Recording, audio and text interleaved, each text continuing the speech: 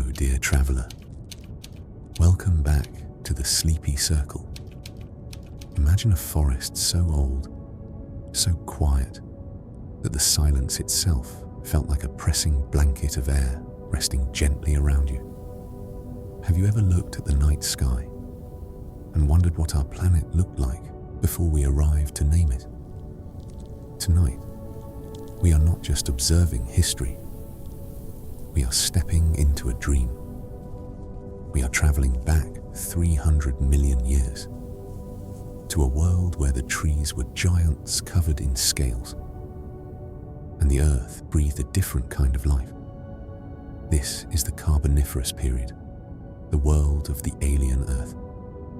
Over the next few hours, we are going to explore a planet that is both intimately familiar and utterly strange. It is our Earth, but it is the Earth of the deep past, specifically a window of time roughly 359 to 299 million years ago. Geologists call this the Carboniferous. The name comes from the Latin carbo, meaning coal, and ferro, meaning to bear or carry. It was the age that bore the black stone that powered our modern world. But long before it was fuel, it was a living, breathing, vibrant green cathedral. If you'd like to listen to more such documentaries, subscribe and like this video. Let's begin. What makes this era so hypnotic is that it represents a version of our home that no longer exists. There were no birds singing in the canopy. There were no flowers adding bursts of colour to the undergrowth. There was only the endless ocean of green, the drifting mist, and the sound of wind moving through needles. It was a time of stillness, a time of waiting. If you were to stand on the banks of a carboniferous swamp, the first thing you would notice is the air itself. What's remarkable is the chemistry of this time. The air you breathe right now contains about 21% oxygen, but in the deep Carboniferous, oxygen levels soared, climbing to a staggering 35% compared to roughly 21% today. Imagine taking a deep breath here. The air is heavy, warm, and rich. It feels substantial in your lungs, almost like a liquid. With that high concentration of oxygen, every breath is more revitalizing, more energizing than what we are used to. This density has a profound effect on the senses. Because of the high humidity and the sheer weight of the gases, sound travels differently here. It is dampened, muffled. A splash in the water doesn't ring out sharply. It lands as a soft, muted sound. The rustle of movement is a low hum rather than a sharp noise. This is why the silence of the Carboniferous feels so absolute. The atmosphere wraps around you, insulating the world in a perpetual, humid embrace. It is a greenhouse that nurtures life with an indifferent, steady hand. This alien atmosphere did more than just dampen sound. It allowed life to experiment with the impossible. Here is the mechanism that drives the giants. Because insects breathe through tiny tubes in their bodies rather than lungs, their size is usually limited by how much oxygen is in the air. But in this hyper-oxygenated world, the air pushed deep into their tissues, fueling a metabolism that modern physics would almost forbid. Cast your eyes upward. Floating through the heavy air is the Meganeura. Imagine a dragonfly, its wings wider than your outstretched arm, gliding slowly through the humid air. With a wingspan reaching nearly 30 inches, this is the largest insect ever to take flight. Watching the Meganeura is hypnotic. It does not dart frantically like modern insects. In this thick air, it glides. It moves with the grace of a king, patrolling a sky where it has no equal. If you were to stand still in this forest, you would feel the wind from its wings as it passed. a low, thrumming vibration, like a cello string being bowed. This tells us something profound about our planet. The air itself is a construct of life, and life shapes itself to fill the air. We are breathing the legacy of these forests, walking in the shadow of a time when the earth was a land of giants. On a still night, if you stand very quietly on the earth and listen, you can almost feel that the ground beneath you is carrying a story. Layers of rock, layers of soil, layers of forgotten forest. Deep below your feet lie seams of black coal, ribbons of compressed plant matter that once drank sunlight and rain, then lay down in mud and waited for time to pass. This is where our journey begins. Not in the stars this time, but in the quiet memory of the earth. Written in stone, we are going to drift backward, far beyond the age of dinosaurs, past the first flowering plant, deep into a world that existed about 359 to 299 million years ago. A world the rocks call the Carboniferous, the coal-bearing period. Imagine you could watch time in reverse. Cities dissolve into fields, roads soften back into soil, mountains rise a little taller as erosion rewinds. Continents drift slowly back along their ancient paths, like rafts sliding upstream on a very slow river. Animals vanish step by step. Mammals thin out. Birds disappear.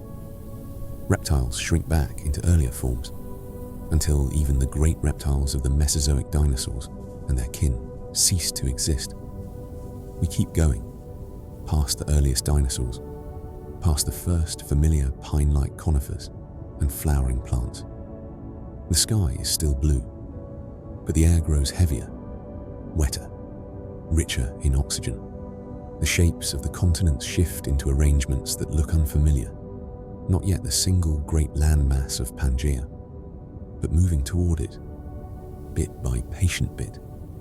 At last, the world settles into a slower, greener shape.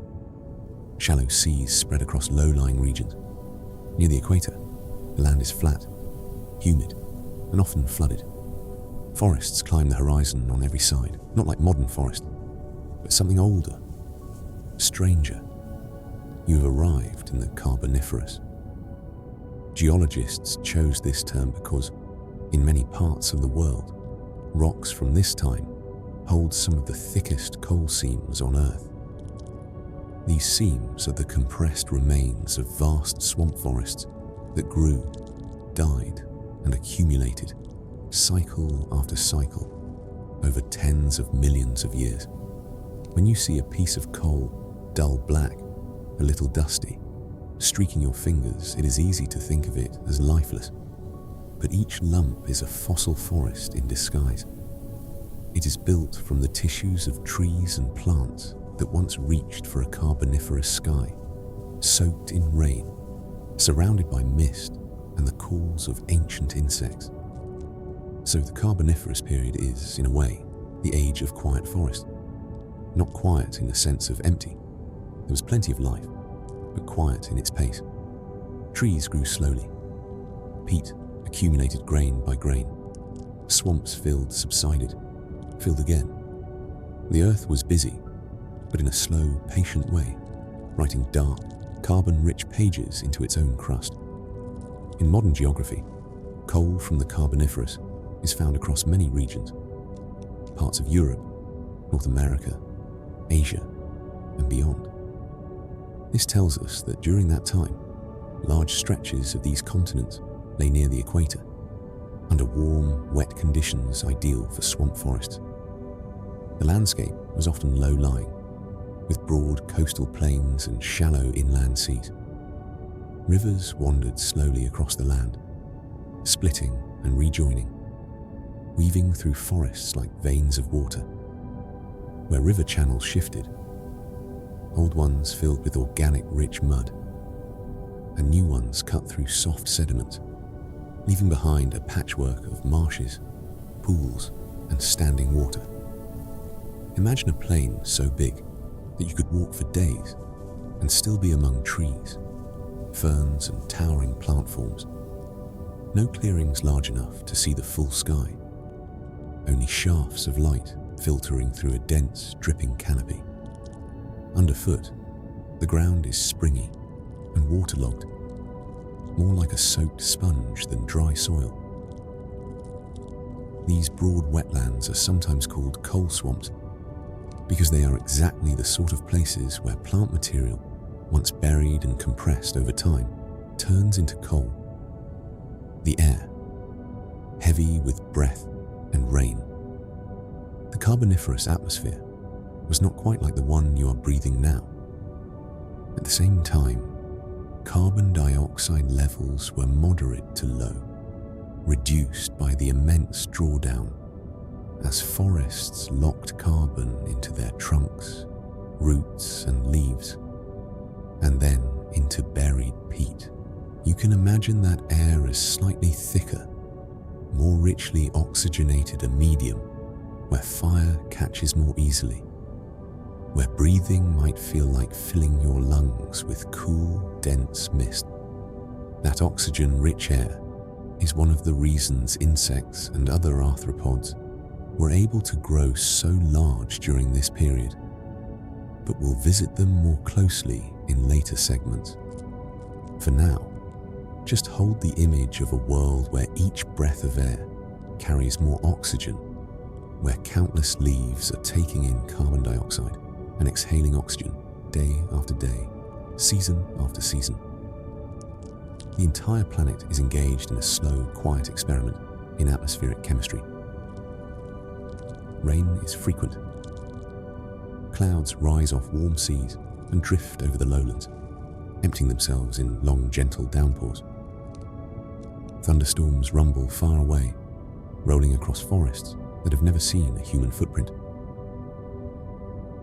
The forests, different but familiar in feeling. When you first look closely, Carboniferous forests would not look like the forests you know. There are no flowering plants, yet no roses, no grasses, no fruit trees. Instead, the dominant plants are lycopsids, horsetails, and seed ferns groups that either exist today as small, humble plants or have no direct modern equivalent at tree size. The giant lycopsids had tall, straight trunks covered in diamond-shaped patterns, the scars of old leaf bases. From the top, a crown of leaves spread out like a green firework, frozen mid-burst. Their roots formed shallow, spreading systems called stigmarian roots, networks of horizontal branches that helped anchor them in soft swamp mud. Horsetail relatives, some towering like small trees, formed dense stands along waterways. Tree ferns unfurled large fronds, creating layered shade and trapping moisture close to the ground. If you stood in such a forest, you might feel disoriented at first. Familiar treeness, but expressed through unfamiliar shapes. Trunks like reptilian skin, crowns that look more like enormous grass tufts than like the branching arms of modern oaks and pines. Yet the feeling would be familiar in a deeper sense. Filtered light, the smell of wet soil and decaying wood, the sound of leaves shifting in a warm breeze. Forestness itself is there the sense of being in a green room, enclosed and protected, even if the species are strange. The quiet noise of life, though we call it the quiet earth, the Carboniferous was not silent. Insects buzzed and clicked, amphibians called from pools, and the wind moved through the canopy in slow waves. But the noises were all natural. No engines, no human voices, no metal tools striking rock. Life moved in rhythms tuned to light rainfall and the slow dance of continents.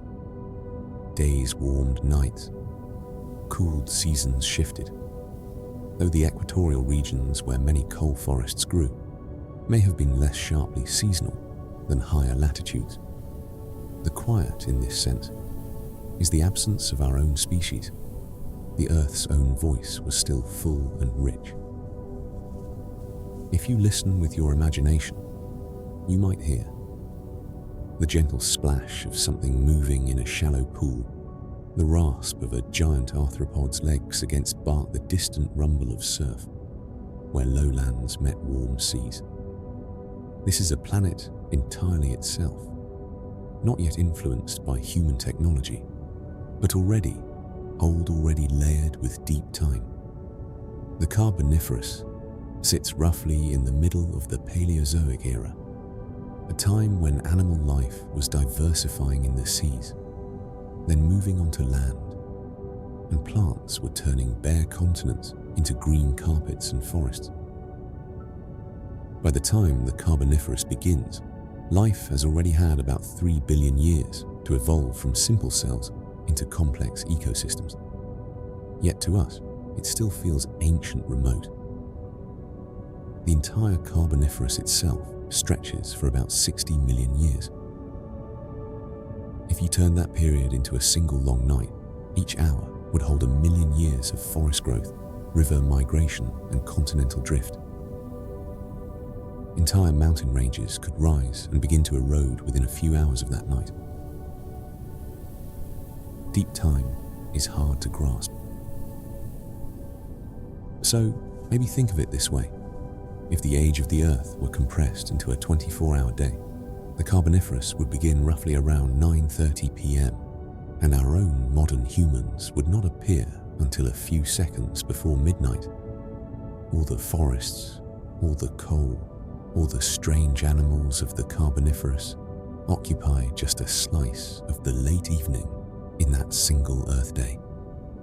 And yet, within that slice, entire worlds rise and pass, a planet that feels both alien and close.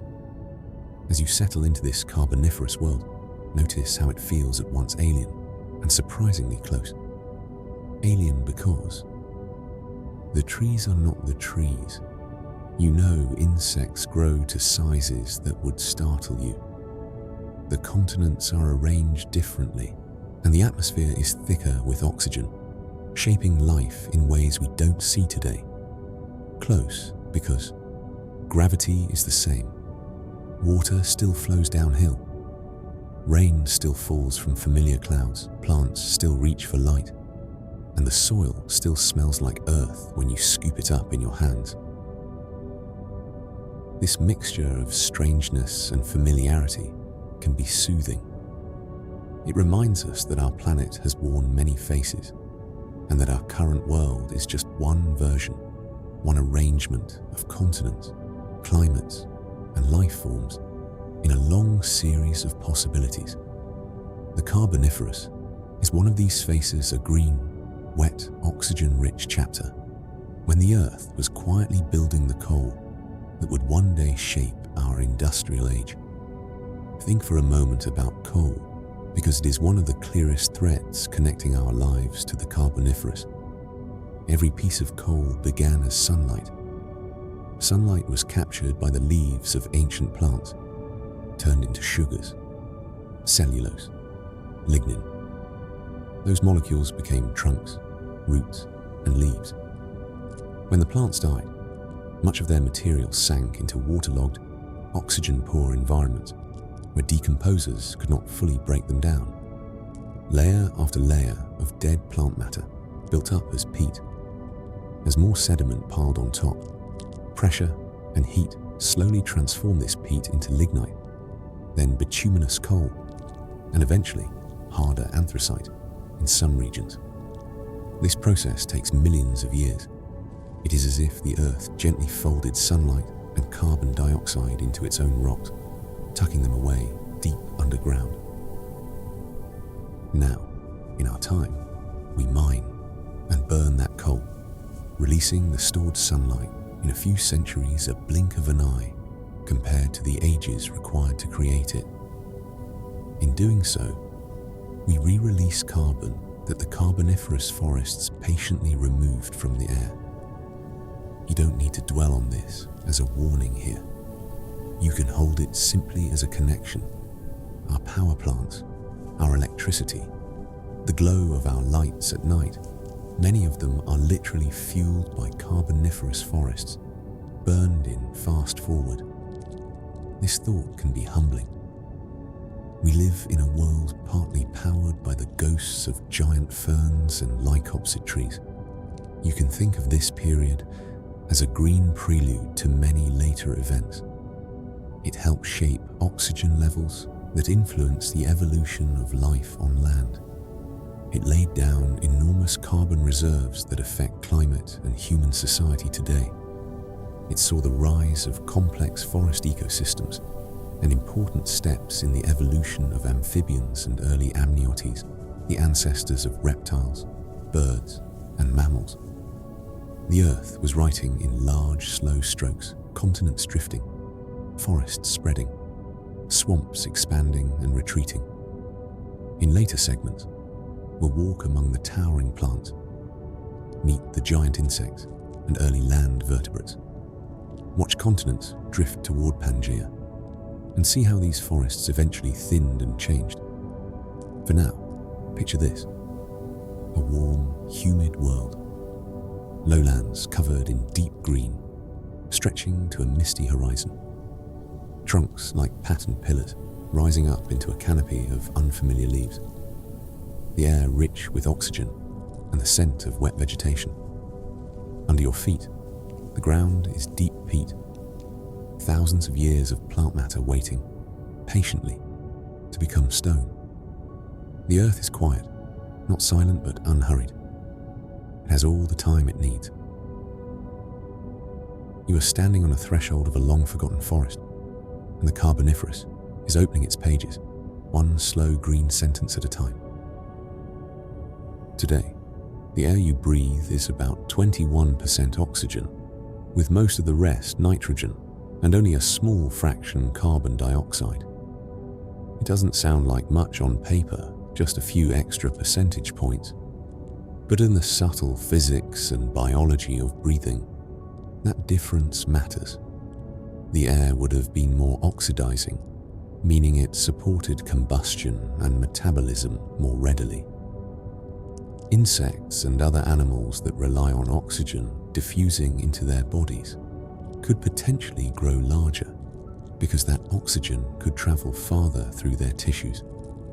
You can imagine the atmosphere of the Carboniferous as a slightly richer medium, not in color or smell, but in how energetically it interacted with life and flame.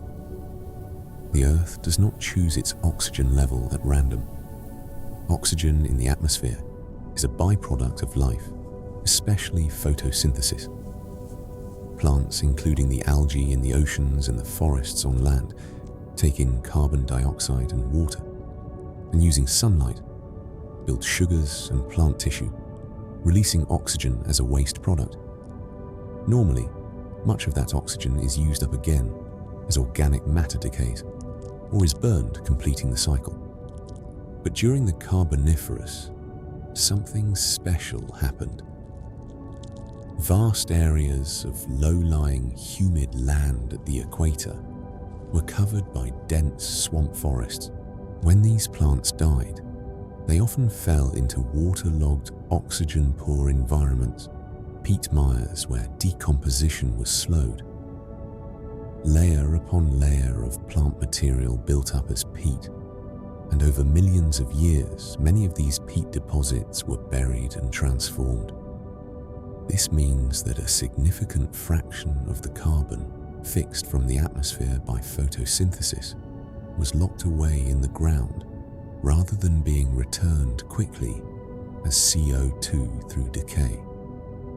But the oxygen that was released when those plants formed remained in the atmosphere. So, in simple terms, plants took in CO2 and released O2. Their bodies accumulated in swamps and were buried rather than rotting completely. Over tens of millions of years, this imbalance pushed oxygen levels upward. The Earth was breathing out and keeping more of that breath in the sky. The air as a slow gift of the forest. Picture a single Carboniferous tree, tall, straight, with a scaly trunk and a burst of leaves at the top. day after day, season after season, it lifts water from the swamp through its tissues up to its leaves. There, sunlight powers a quiet miracle, carbon dioxide, and water transformed into sugars and oxygen. On any one day, the amount of oxygen released is small. On any one tree, the effect is tiny.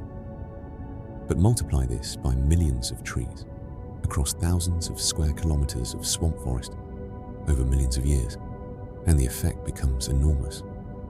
You can imagine the Carboniferous atmosphere as a long gift from these forests, a gradual, patient donation of oxygen to the sky. The air becomes a kind of invisible monument to all the photosynthesis that has ever taken place. Every breath that an animal takes, every gasp of a giant dragonfly, every slow inhale of an amphibian resting on a log is made possible by the collective work of countless leaves. Climate: warm, wet, and gently uneven. What did this oxygen-rich air feel like against the skin? What was the climate of the Carboniferous Earth? Globally, the climate was not a uniform tropical paradise, but it did have some key features. Near the equator, where many coal swamps grew, conditions were generally warm and humid, with frequent rainfall. These regions would have felt swampy, not in a cartoonish way, where everything is knee-deep water, but as a mosaic of flooded forests, shallow pools, river channels, and slightly higher, drier patches. Further south, on the Gondwanan continents that lay over the South Pole, there were ice sheets and glaciation and ancient ice age coexisting with tropical lowlands elsewhere. So the planet contained both warm, coal-forming equatorial belts and cold, icy polar regions at the same time. Earth, even then, was complicated. Atmospheric circulation carried moisture from warm oceans toward the equatorial land, where mountains and continental shapes helped focus rainfall.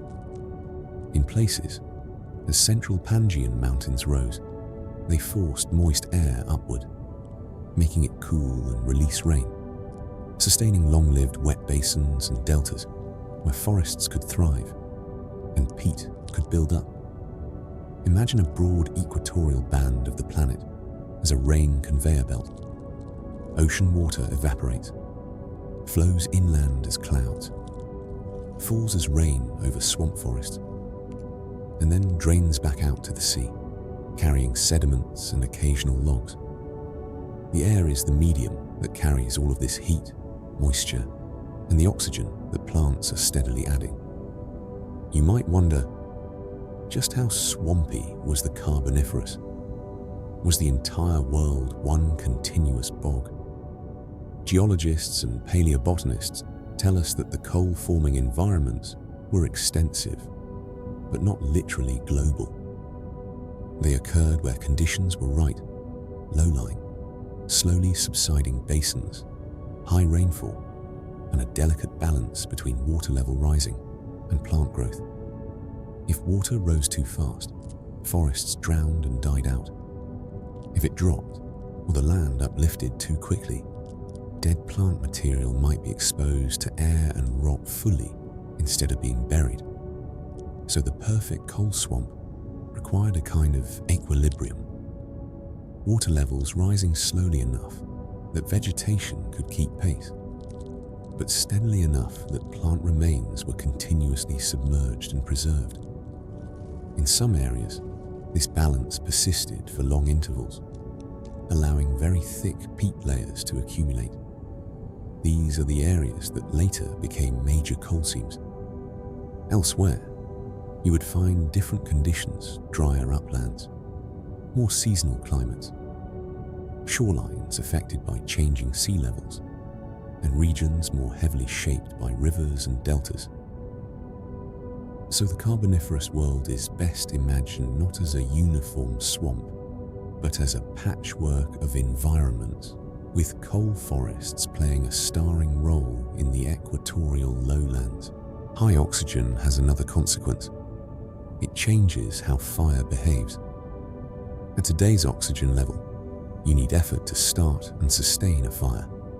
If atmospheric oxygen were around 30 to 35%, campfires would ignite more easily, burn hotter, and be much harder to extinguish.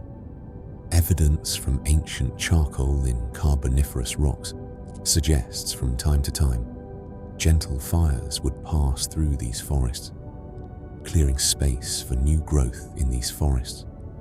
Fragments of burned plant material, known as fusion, are common, indicating that even as forests thrived, parts of them burned turned to charcoal and were buried along with unburned material. This creates an interesting feedback. High oxygen makes fires more likely and intense.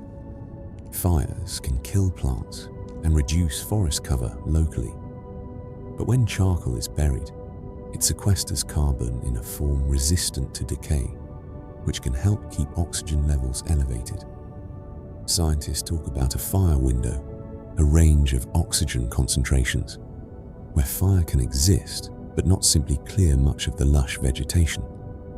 Modeling suggests that even at 35% oxygen, forests can persist globally, though with more frequent burning and somewhat reduced tree cover.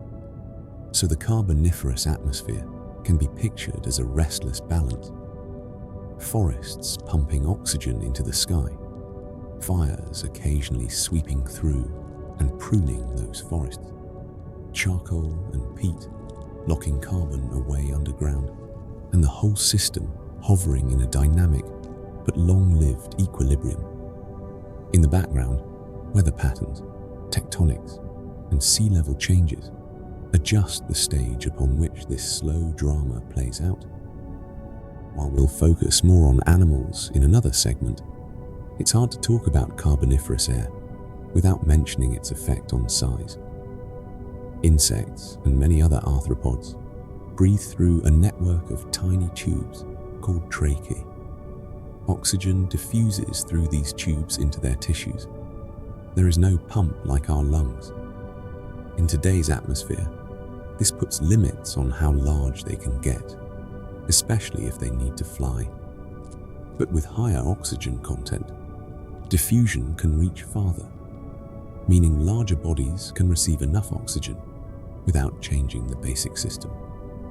Fossils from the late Carboniferous and early Permian show giant winged insects, dragonfly-like Meganeura, with wingspans approaching modern seagulls, and large millipede-like arthropods up to a couple of meters long. There's ongoing scientific discussion about exactly how much of this size increase can be attributed directly to oxygen and how much to other ecological factors.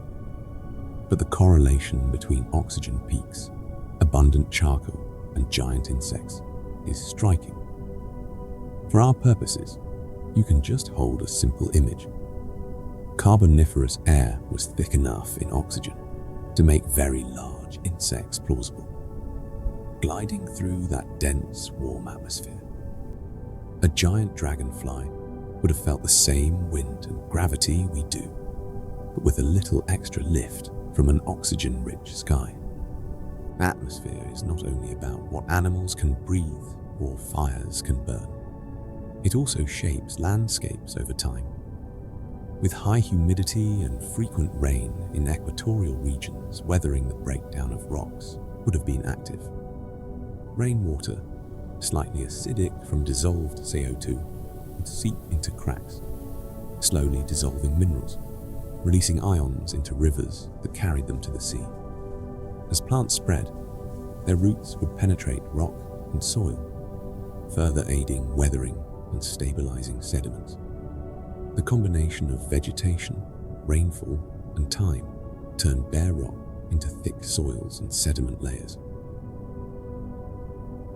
Meanwhile, as organic carbon was buried and CO2 levels fell, there may have been impacts on global temperatures and the extent of glaciation in the polar regions. Lower CO2 tends to cool climate over geologic timescales. And the Carboniferous is indeed associated with a long glacial period in the southern hemisphere. So the air, plants, oceans, and rocks formed a single connected system.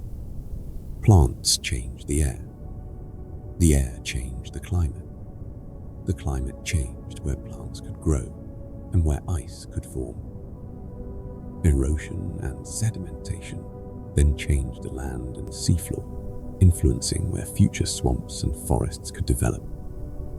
All of this happened slowly, like colors blending on a watercolor painting that takes millions of years to dry. To feel the scale of these processes without getting lost in numbers, you might try a simple mental exercise. Imagine that each breath of the earth, each full cycle of atmospheric oxygen, slowly rising and then adjusting, takes 1 million years. Of course, in reality, the system is more complex, but as a metaphor, it can be calming.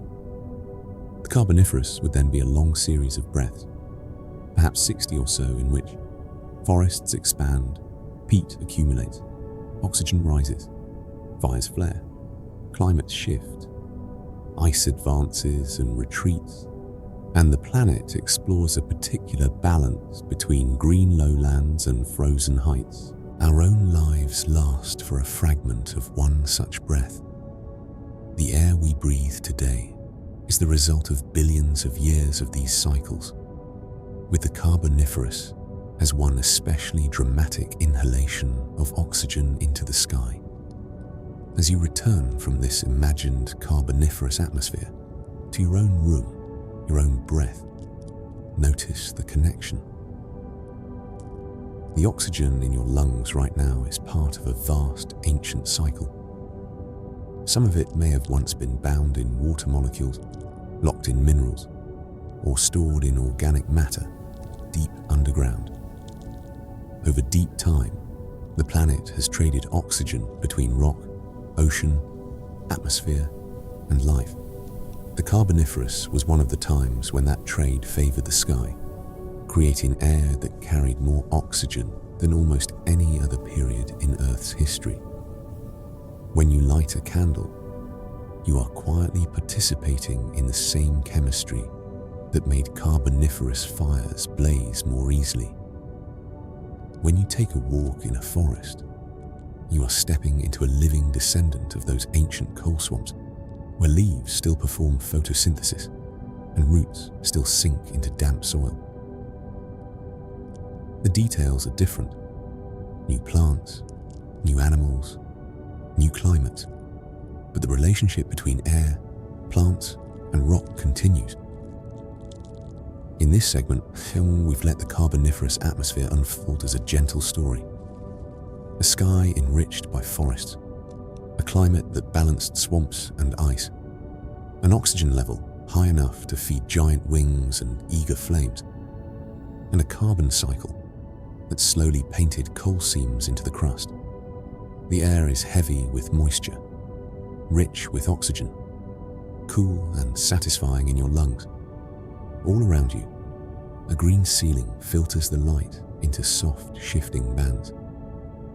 If you listen carefully, you can almost hear the forest breathing with you.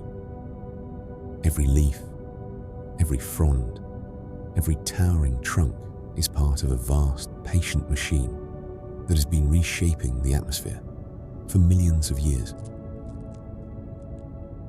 These are the architects of this atmosphere, but they are not oaks or pines or maples.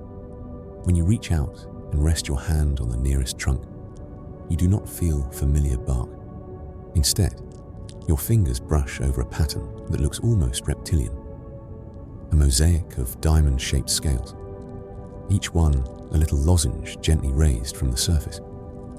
You are touching a lepidodendron, a kind of ancient scale tree. First impressions, a forest of scales.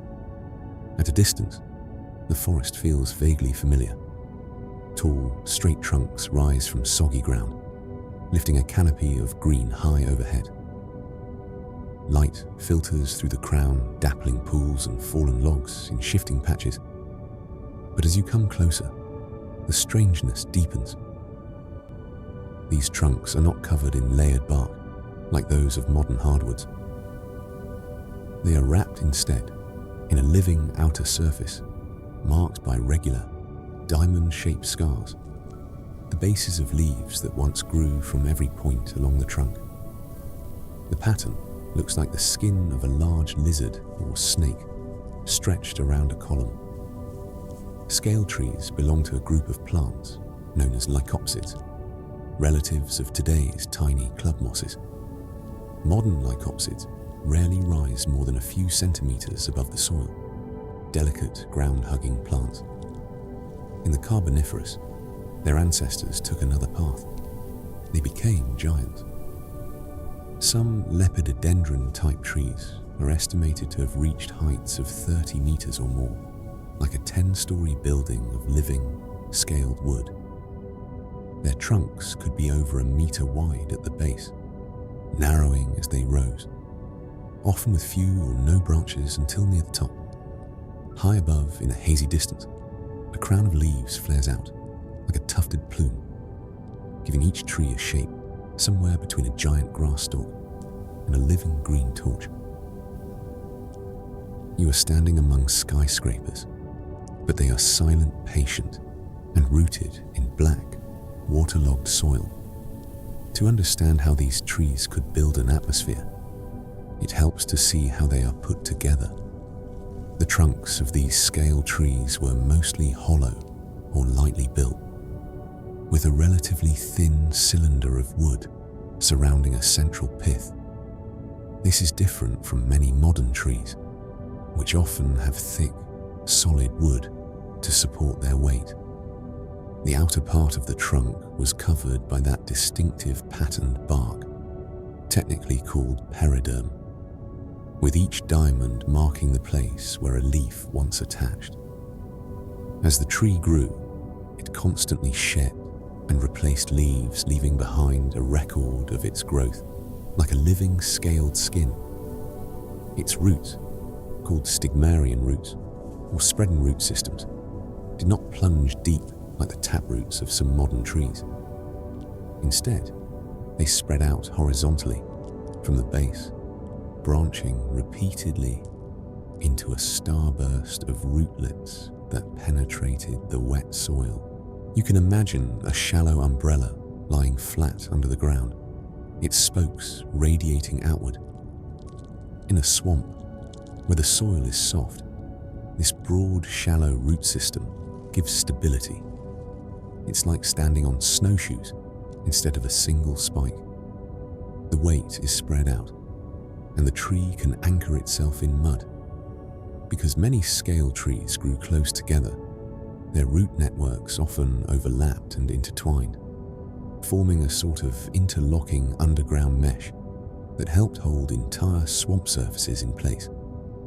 Above ground, the tall trunks created vertical surfaces covered in leaf bases, catching light at different angles, channeling water downward, and providing habitats for climbing plants and animals. Every part of the tree roots, trunk, crown participated in the work of shaping the environment. Like all green plants, scale trees practiced photosynthesis, using sunlight to convert water and carbon dioxide into sugars, releasing oxygen as a byproduct. The vast numbers of these trees in Carboniferous coal swamps meant that photosynthesis was happening on a huge scale.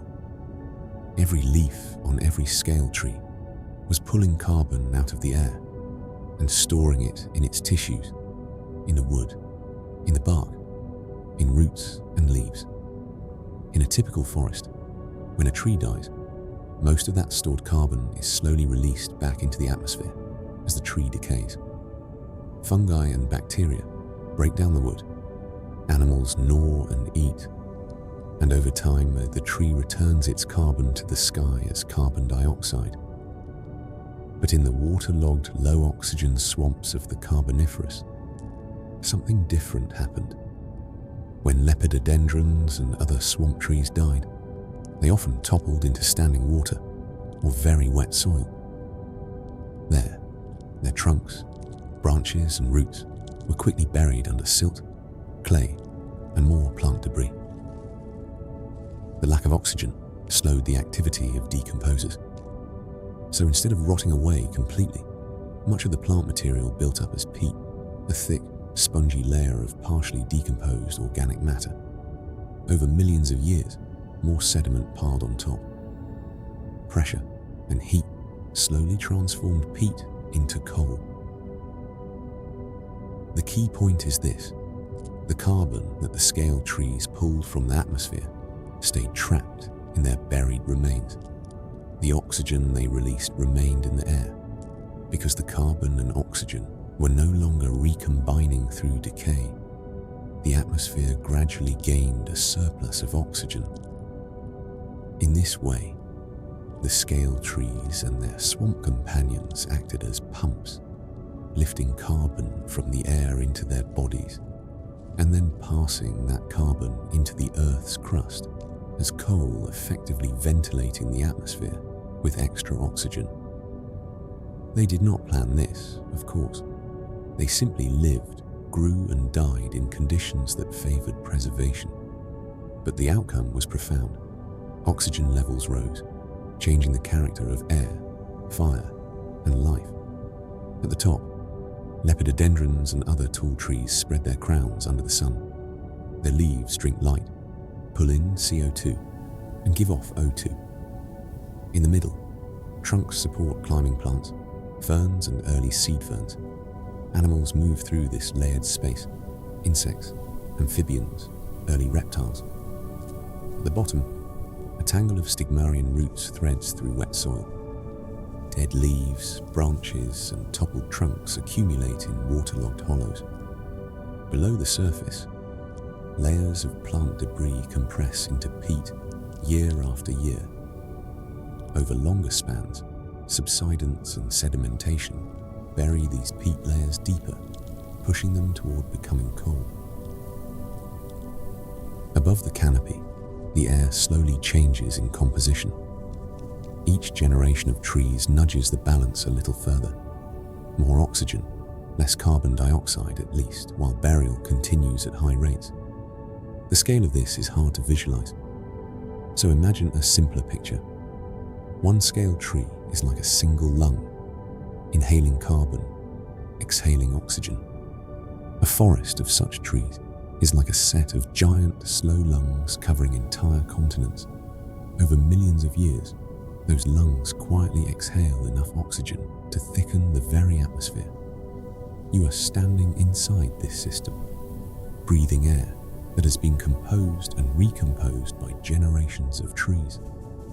Growth and life cycle. Fast giants. What makes scale trees even more remarkable is the evidence that they may have grown relatively fast for their size and life history. Studies of their internal structure suggest that some scale trees may have reached their full towering height in a comparatively short span, perhaps only a few 100,000 years or less. In geological terms, possibly even tens of years on an individual level. Though exact timing is still debated, they appear to have had a growth strategy similar to some modern monocarpic plants. Those that grow, reproduce once, and die. Rapid vertical growth to reach light. Development of a crown capable of producing large numbers of reproductive organs.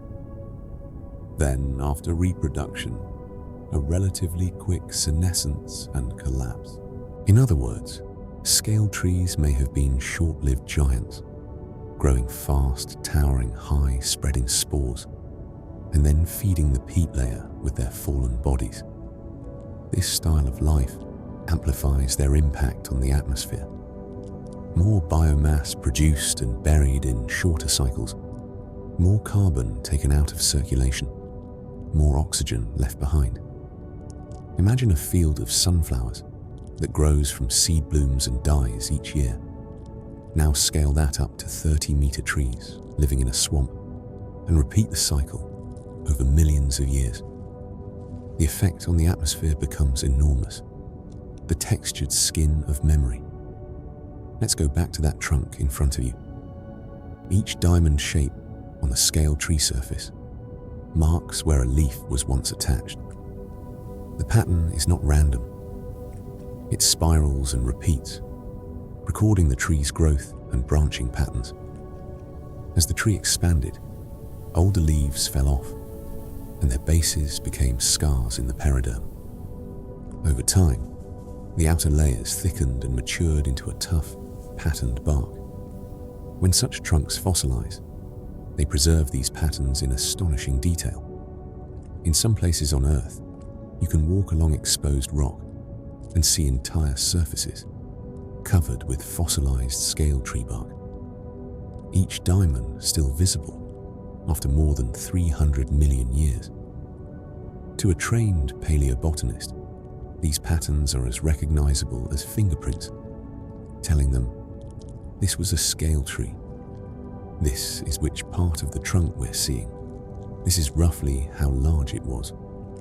In our story, the important thing is how tactile this makes the past. You can almost feel it. The raised scales under your fingers, the slightly rough texture, the cool firmness of living bark over a water-filled core. The lepidodendron's skin is like a notebook of its history, each diamond a page where a leaf once grew, drank sunlight, and breathed for the sky. Forest floor beneath the architect. Look down, and the ground itself tells another part of the story. Between the buttressed bases of the ancient scale tree trunks, the soil is a mass of roots, rootlets, and fallen leaves. Ferns spread in low layers. Smaller lycopsids and horsetail relatives fill the gaps, their stems jointed, their own leaves forming whorls around thin trunks. This understory is also photosynthesizing, also taking up CO2 and releasing O2, though on a smaller scale than the giants above. Every shade-tolerant frond is contributing to the atmospheric architecture. Dead material is everywhere. Spongy mats of decaying leaves, toppled trunks partially submerged in pools, stumps where old trees have broken and new ones have sprouted beside them. In modern forests, fungi would be vigorously breaking this down. In the Carboniferous swamp, decay is slower, patchy, and often interrupted by burial events, floods that dump silt onto the forest floor, storm surges that tear through, then leave quiet water behind. The result is that much of this carbon remains in place. Layer upon layer, it becomes the raw material of peat, and later, intimately, coal. Deep beneath your feet, fallen trunks are quietly pressing into the distant future of this planet, fire flickering through the architects. Although scale tree swamps were wet, they were not immune to fire. During drier intervals or at the edges of peatlands, high oxygen levels could support intense burning of plant material. Lightning strikes could ignite peat or dry vegetation, sending flames through the forest. Charcoal deposits from the late Paleozoic, including the Carboniferous, show that wildfires were sometimes common and widespread. These fires would gradually bring down even the tallest trees, open gaps in the canopy, and create opportunities for new growth. Yet, even fire can play into the long-term carbon and oxygen story. Charcoal is relatively resistant to decay, so when it is buried, it acts as another form of carbon sequestration, helping to lock carbon away and leaving oxygen in the atmosphere. So the scale tree forests lived in a world where they built oxygen through photosynthesis and burial of their remains. They risked periodic destruction by fire, and even the trace of those fires' charcoal became part of the deep carbon burial process. The architects of the atmosphere built their own vulnerabilities into the plan. And yet, at the scale of millions of years, the net effect was still a high oxygen Earth. The architects fade, but their work remains. Scale trees did not rule forever. As the Carboniferous progressed and climate shifted, especially toward the late Carboniferous and early Permian, the great swamp forests began to fragment and decline in many regions. Drier conditions in some areas, changes in sea level, and the gradual assembly of Pangaea altered rainfall patterns and habitat availability. Tree ferns, seed ferns, and early gymnosperms, relatives of conifers, became more prominent in many places, while the dominance of giant lycopsids waned. Eventually, lepidodendron-type scale trees disappear from the fossil record. Their particular way of being a tree, shallow-rooted giants with scaly bark and spore-based reproduction, did not persist as climates changed, but the atmosphere they helped create did not vanish overnight. Oxygen levels remained high for some time, supporting large arthropods and rich ecosystems, even as the plant caste changed. And the coal they left behind, the compressed remains of their forests, persisted for hundreds of millions of years, waiting in darkness until another species, much later, would learn to dig it up and burn it. Their direct lineage may have ended, but their influence still echoes in the air we breathe and the fuels we use. So when we call the lepidodendrons and their companions architects of this atmosphere, we are honoring more than their odd trunks and strange roots. We are acknowledging that they took part in a planetary scale experiment in carbon storage and oxygen release. They built forests that turned swampy lowlands into engines for atmospheric change. They left behind physical evidence, coal seams, fossil trunks, scaly bark impressions that let us reconstruct this deep history. If you could stand in a modern museum and lay your hand on a fossil lepidodendron trunk, you would be touching the preserved skin of a tree that once helped breathe for the earth. A living being that participated unknowingly in making the air more generous for all who came after.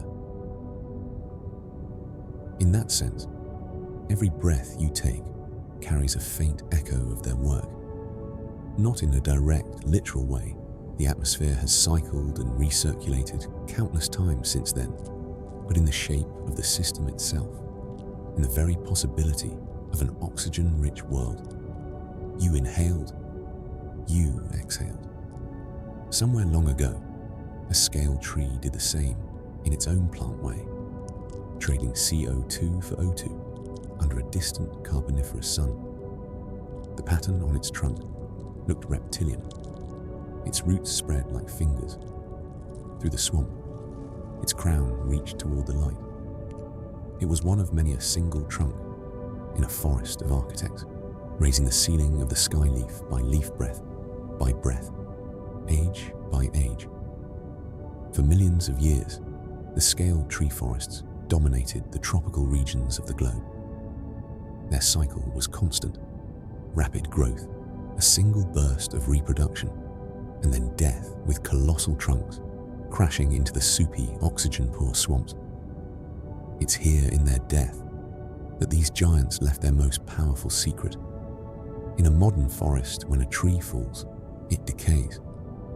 Fungi and bacteria, which have evolved to break down tough wood, go to work recycling its nutrients.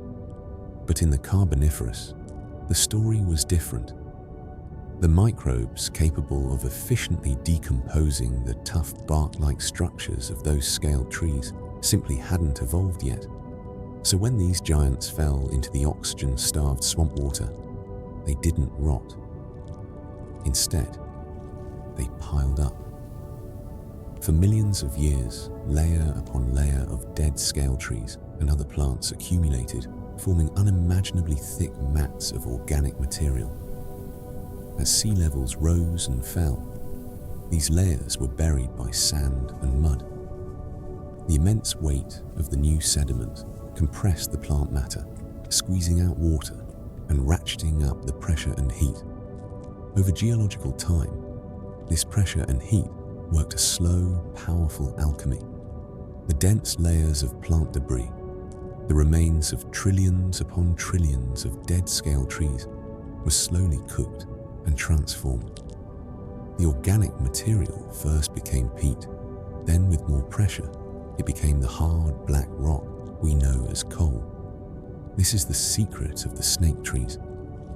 The vast coal seams that stretch for hundreds of miles under Europe, Asia, and North America aren't just rock. They are the fossilized remains of these ancient swamp forests.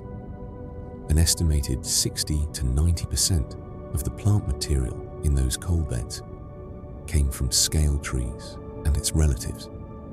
Each lump of coal is a compressed piece of a prehistoric giant. Think of it this way. The energy in coal is stored sunlight. For millions of years, these forests captured the sun's energy through photosynthesis. Because the trees never fully decayed, that energy was never released. It was trapped, buried, and concentrated. The coal beds of the Carboniferous are in essence a planetary scale battery charged with millions of years of sunlight. When we burn coal today, we are releasing the ancient sunlight captured by a scale tree in a world that vanished 300 million years ago. The power that lights our cities is the quiet memory of this prehistoric forest. Walk a little deeper into the Carboniferous forest, away from the first shock of the scale trees. The air is still thick with moisture and oxygen, but your eyes begin to adjust to the different shades of green, the different layers of life between the swampy ground and the high canopy. The late Carboniferous coal swamps had layers too, but their cast of characters was different. At the top, towering above everything, stood the arborescent lycopsids, the lepidodendron-type scale trees and their relatives. They formed much of the canopy, especially in the wettest swampy areas. Their straight trunks and tufted crowns creating a kind of high open ceiling of foliage. Mixed into or near these giants stood other tree-sized plants, tree ferns with tall, slender trunks, topped by spreading fronds like giant umbrellas of feathery green. Seed ferns, pteridosperms, whose fronds looked like those of true ferns, but bore seeds instead of spores, some of them forming substantial small trees or large shrubs. In slightly drier or more elevated spots, early gymnosperms, ancestors of conifers, were beginning to appear, though they played a larger role outside the deepest coal swamps. Closer to the ground in the understory grew smaller horsetails and their giant relatives calamites, forming dense, jointed stands along streams and wet margins like ancient bamboo groves, juvenile scale trees and other saplings, trying to reach the light, low ferns and fern-like plants spreading fronds across the dim forest floor. Together, these layers made the Carboniferous forest not just a collection of trunks, but a vertical community, each height band hosting different forms of life, all sharing the same air and water, all part of the same atmospheric engine. Sunlight drifting in from above governed much of this architecture. In places where scale trees grew densely, their tall, mostly unbranched trunks rose straight up before flaring into crowns high overhead. This meant that much of the light was intercepted near the very top, leaving the lower forest in a dim green twilight. Tree ferns and seed ferns with their spreading fronts occupied the intermediate zone. Their leaves formed a sort of second canopy, catching the light that filtered past the lycopsid crowns and casting fine lace-like shadows on the ground. Down on the forest floor, light was scarce. Only plants that could tolerate low light or that grew rapidly in newly opened patches could thrive. Here, delicate ferns, small lycopsids, and fern-like seed plants spread their fronds horizontally, maximizing their exposure to what little sunlight seeped through. When a giant tree fell, perhaps toppled by a flood or weakened by rot, it opened a gap in the canopy. Sunlight would pour down into that hole, and the understory would respond. Fast-growing plants, including young scale trees and opportunistic ferns, would colonize the opening racing to fill the space. This cycle of gap creation and gap filling is familiar from modern forests, but here it involved very different actors, and each cycle moved carbon from atmosphere into plant tissue, and then, often, into the swamp sediments below. Light sculpted the forest, and the forest in turn reshaped the air. Water was the other great architect of these forests. The coal swamps formed in low-lying basins, river deltas, coastal plains, and inland wetlands that lay not far above sea level. These areas often experienced subsidence, a slow sinking of the land relative to sea level, which allowed thick packages of sediment and plant debris to accumulate over long periods. River channels wandered through the landscape, splitting and rejoining, periodically flooding their banks and depositing layers of silt and sand across the swamp. Between channels lay quieter back swamps, where water stood still or moved very slowly, creating ideal conditions for peat formation. In such landscapes, the water table was often very close to the surface. Tree roots grew not into deep, dry soil, but into saturated mud. Stigmarian root systems spread horizontally rather than plunging downward, and entire forests could stand with their feet in the water for large portions of the year. Rainfall, delivered by a moist atmosphere, and perhaps strengthened by monsoon-like patterns near the equator, kept these basins supplied. Evapotranspiration, the combined evaporation from water surfaces and transpiration from leaves, returned large amounts of moisture to the air, feeding clouds and local rainfall in turn. The result is a picture of a recycling system. Water evaporates from warm, shallow seas and wetland surfaces. It moves inland as clouds. It falls as rain over the swamp forest. It flows back to the sea through a maze of rivers, carrying silt, plant debris, and dissolved minerals. The forests depended on this cycle, and by pumping water through their trunks and leaves, they were active participants in it. Each lepidodendron, each tree fern, was a column through which water rose and fell, connecting soil, sky, and air. Beneath the towering lycopsids, the understory of the Carboniferous coal forest was rich and varied.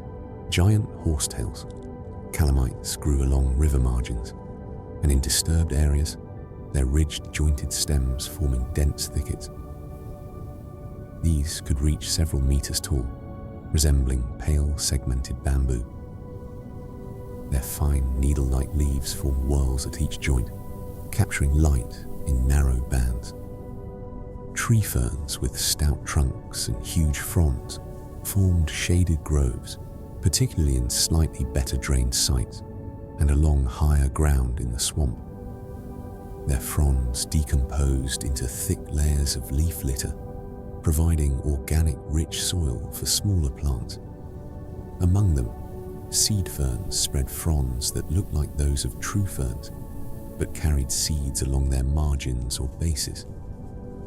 These were early experiments in seed-bearing plants, occupying ecological roles that would later be filled by flowering plants and conifers. Lower still on fallen logs and root mats, delicate true ferns and fern-like plants colonized every damp surface. Mosses and simple ground cover filled in spaces, though they left only sparse fossil traces compared to the larger, tougher plants. In this subdued light, life moved at a slow pace. Spores drifted, seeds settled, and seedlings waited for brief pulses of light when a canopy gap appeared.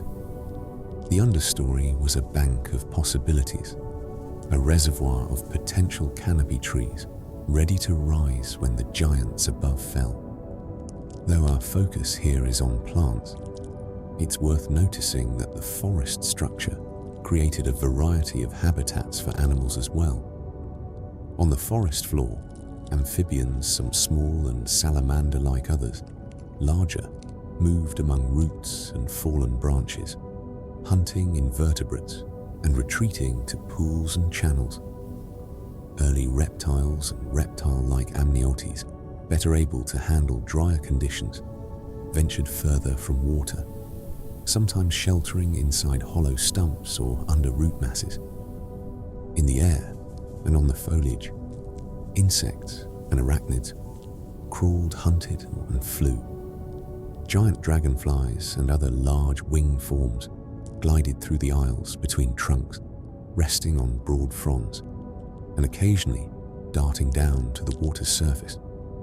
Spiders, as we know them, were not yet dominant but spider-like trigonotobids, and various scorpions patrolled the litter and bark, preying on smaller insects. All of these animals depended on the architecture of the plants. Roots stabilized the soil and created hiding places. Trunks and bark offered vertical surfaces to climb, and hunt leaves provided food shade and landing platforms. Fallen logs bridged pools and created microhabitats. In this way, the green structure of the coal forest shaped not only the air and water, but the paths of animal evolution as well. One of the most striking things we learn from fossil evidence is that Carboniferous forests were often preserved in place. In some sites, paleobotanists have found upright fossil trunks still rooted in ancient soils. Full forests stopped in time by sudden burial events such as floods or rapid subsidence. Multiple horizons of such fossil forests in the same rock sequence suggest that entire communities could re-establish themselves again and again as conditions allowed. A flood might drown a forest and bury its lower trunks in sediment. Some trees would die, others on the margins would survive and reseed the area. Over time, a new generation of Lycopsids ferns and seed ferns would rise on top of the buried remains of the old, creating a vertical stack of fossil forests. This multi-generational layering tells us that the coal swamps were not static.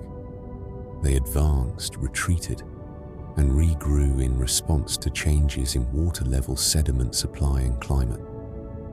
Each new forest added another increment of organic matter to the peat below. Each increment locked away more carbon, and each sustained the high oxygen atmosphere for a little longer. You can think of the coal age forest as a slow, long-lived heartbeat. Forest grows, forest floods. Forest dies, forest grows again. Each beat pushing carbon downward and oxygen outward. Our understanding of Carboniferous forests is biased toward lowland swamps because those are the places where preservation is most likely. Water and sediment bury plant remains peat turns to coal. Fossils form. But there were also upland and drier land forests whose fossils are rarer.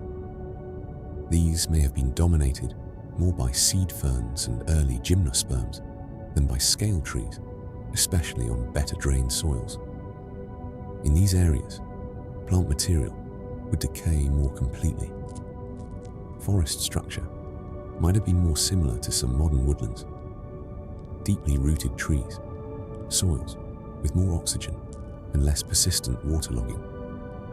These upland systems still participated in photosynthesis and the carbon cycle, but they contributed less directly to coal formation because their biomass was less likely to be preserved in large quantities When you imagine the Carboniferous Earth, it's helpful to picture both the lush, recorded forests of the coal swamps, which left thick coal and rich fossil assemblages, the quieter, less recorded forests of drier uplands, which we glimpse only through scattered fossils and indirect evidence.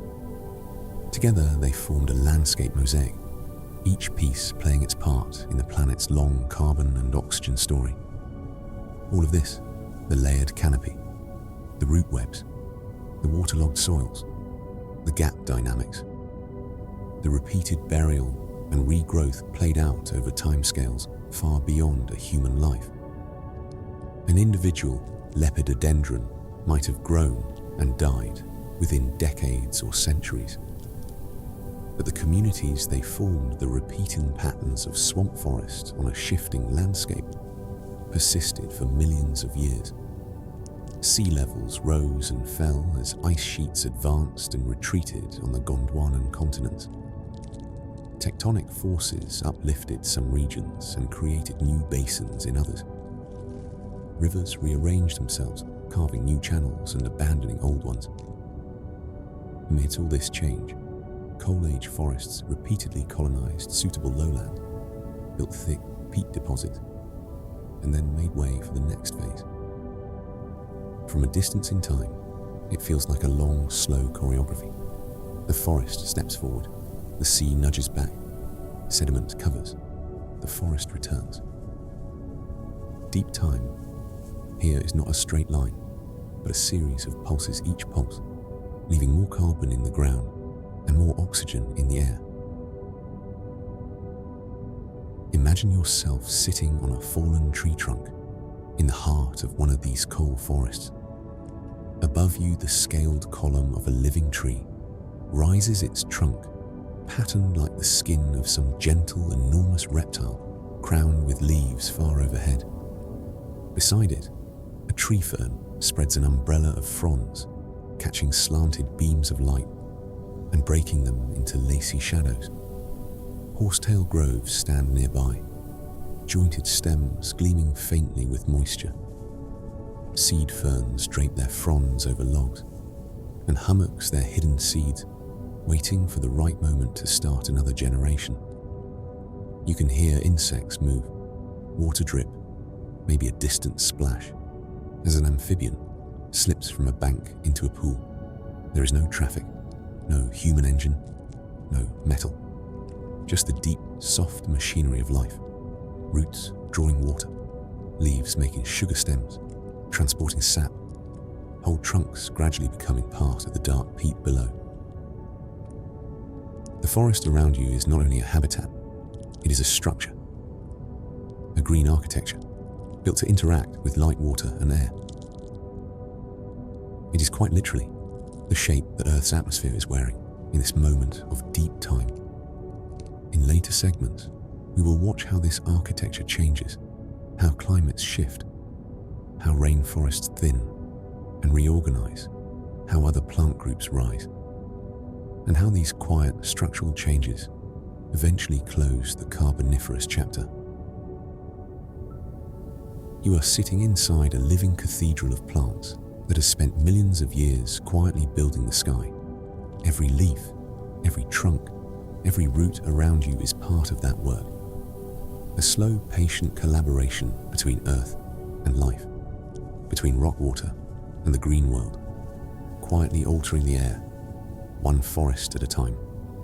High above the still water of a carboniferous swamp, something moves that breaks the calm. Not with a roar or a cry, but with the soft, steady beat of 4 long wings slicing the heavy air like silk. A soft dimming of light brushes across the fern-lit ground, broad, delicate shaped like an enormous cross of lace. If you look up, shielding your eyes against the filtered sun, you see it Meganeura, the giant dragonfly of the coal forests, a living fragment of sky drifting through the green world of scale trees and tree ferns. In this segment, we'll stay with Meganeura for a while. Not as a frightening monster, but as a slow, graceful dancer in the thick air of the Carboniferous part of the same planetary breathing that the forests have set in motion.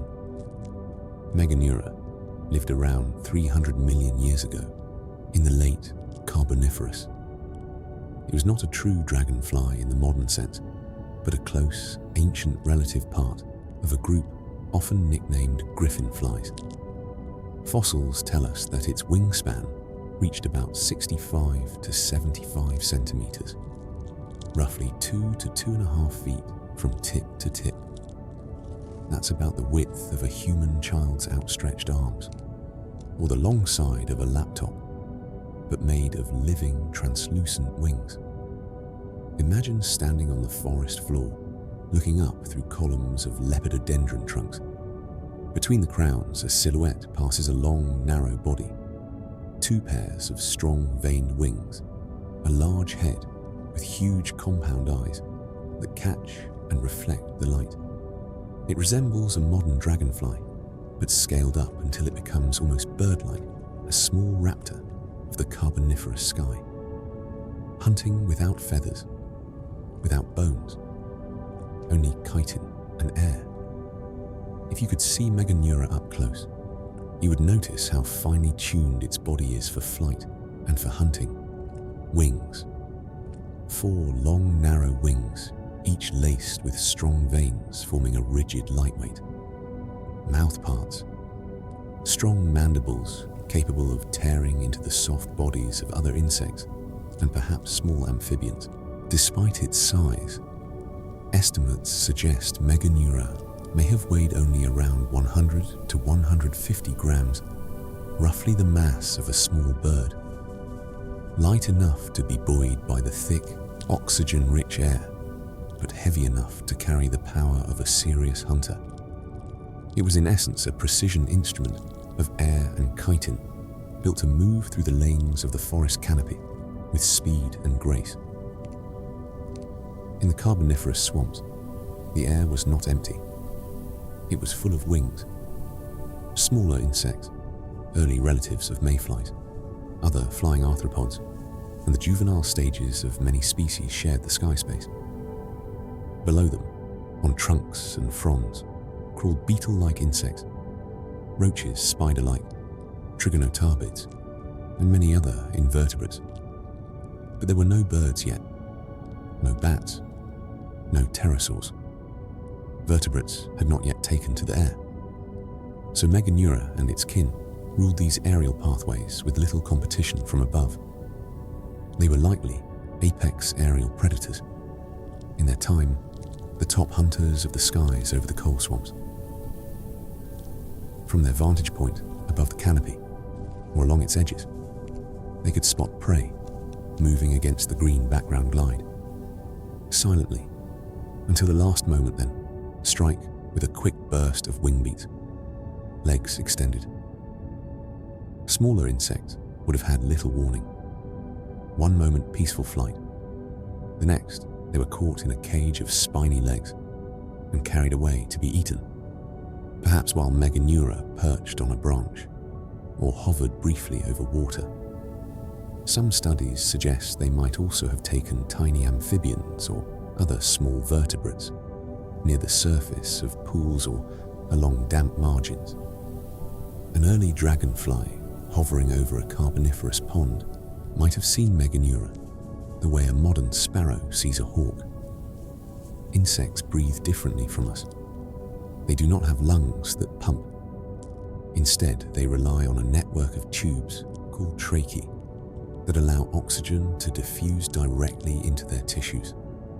In modern conditions, this system works well for small animals, but diffusion alone sets an upper limit on body size.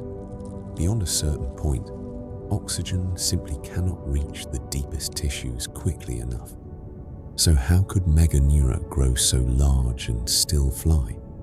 Models and experiments on modern insects suggest that their tracheal systems could scale up to Meganeura's dimensions under oxygen-rich conditions. Some researchers also note that higher atmospheric density associated with different gas mixtures could have improved lift for large wings, making flight easier at larger size. At the same time, not everything is settled. Fossils of large related species in the Permian, when oxygen levels were lower, hint that other factors also played roles, such as lack of aerial vertebrate competitors and specific adaptations in wing structure and metabolism. Meganeura's size was possible because the air itself was different, richer in oxygen, perhaps slightly denser, and filled with opportunities in the absence of birds and bats. The forests built the atmosphere. The atmosphere, in turn, allowed these giants to rise into it. The dance above the swamps. From a distance, watching Meganeura hunt would not feel like watching a frantic chase. It would feel like watching a dance. Picture this. The sun is low, casting warm, golden light through the canopy of scale trees and ferns. Mist rises from the still pools of the swamp. Meganeura drifts along the edge of a clearing wings, hardly moving, gliding on the thick air. Its huge compound eyes scan the space below a world of moving dots and glints. A small insect lifts off from a frond, its wings catching the light. In that instant, Meganeura tilts its wings, tilts its body, and drops into a shallow curve of motion. In near silence, it sweeps forward.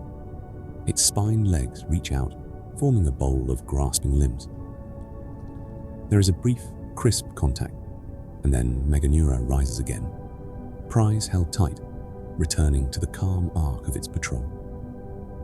The whole sequence is over in a few seconds, but if you slow it down in your mind, it becomes choreography, positions and angles, timing and precision. Multiply that dance by thousands of days, and you have a lifetime. Multiply it by generations, and you have a lineage, the story of how insects learned to own the sky long before birds evolved. Larval life, the quiet hunter below. Meganeura did not spend its entire life in the air. Like modern dragonflies, it likely had an aquatic larval stage, living in water before emerging as a winged adult.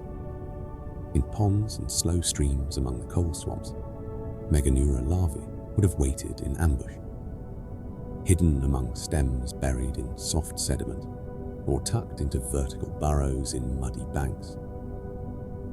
There, they probably hunted small amphibians, other insect larvae, and any creature small enough to grab, using extendable mouth parts or quick lunges as modern dragonfly nymphs do. The water of the Carboniferous, like its air, carried more dissolved oxygen than today, thanks to the high atmospheric concentration. This may have allowed larval Meganeura to grow larger and support more active lifestyles. In this way, the cosmic dance of Meganeura was really a two-part performance: a hidden, slow hunt in shadowed water, followed by a soaring, sunlit hunt in the air. The transition when a larva climbed a stem and emerged as a winged adult must have been one of the most dramatic metamorphoses in the Carboniferous world, a creature of the pond becoming a creature of the sky. For all its power, Meganeura was not invincible. Large amphibians and early reptile-like predators could have attacked it when it rested, especially at night, or when newly emerged and still drying its wings. Other giant arthropods could have competed with its larvae in the water. Some reconstructions suggest that the only serious predators of adult Meganeura might have been larger amphibians capable of leaping from water or land to snatch them, or perhaps other large insects in rare cases. Its size, while impressive, came with costs: more energy required for flight, greater risk of overheating in direct sun, as some studies hint dependence on a high oxygen atmosphere that would eventually decline. When oxygen levels dropped in the later Paleozoic, and vertebrate flyers eventually evolved, giant insects like Meganeura disappeared. Smaller, more efficient flyers took their place, birds, bats, and the many lineages of modern insects. The dance did not end. It simply changed performers. Why call this the cosmic dance of Meganeura when the story is so grounded literally in swamp forests and insects? Because even here in the quiet air over ancient ponds, you can see a thread that runs from the vast to the small. The cosmic story begins with a planet receiving sunlight, turning that light into plant tissue in the coal forests. The forests change the atmosphere, raising oxygen levels and enabling new possibilities for metabolism and size. The atmosphere in turn shapes what kinds of bodies can exist: lungs, tracheae, wing sizes, energy budgets. Within that species, Meganeura emerges not by design, but as a natural consequence of physics, chemistry, and evolutionary history interacting over millions of years. From distant stars, energy falls onto a small blue planet. Plants capture it. Air changes. An insect learns to ride that air, to turn energy and oxygen into powered flight. At that moment when Meganeura hangs almost motionless above a swamp wings catching the light, you are seeing cosmic processes distilled down into a single quiet motion.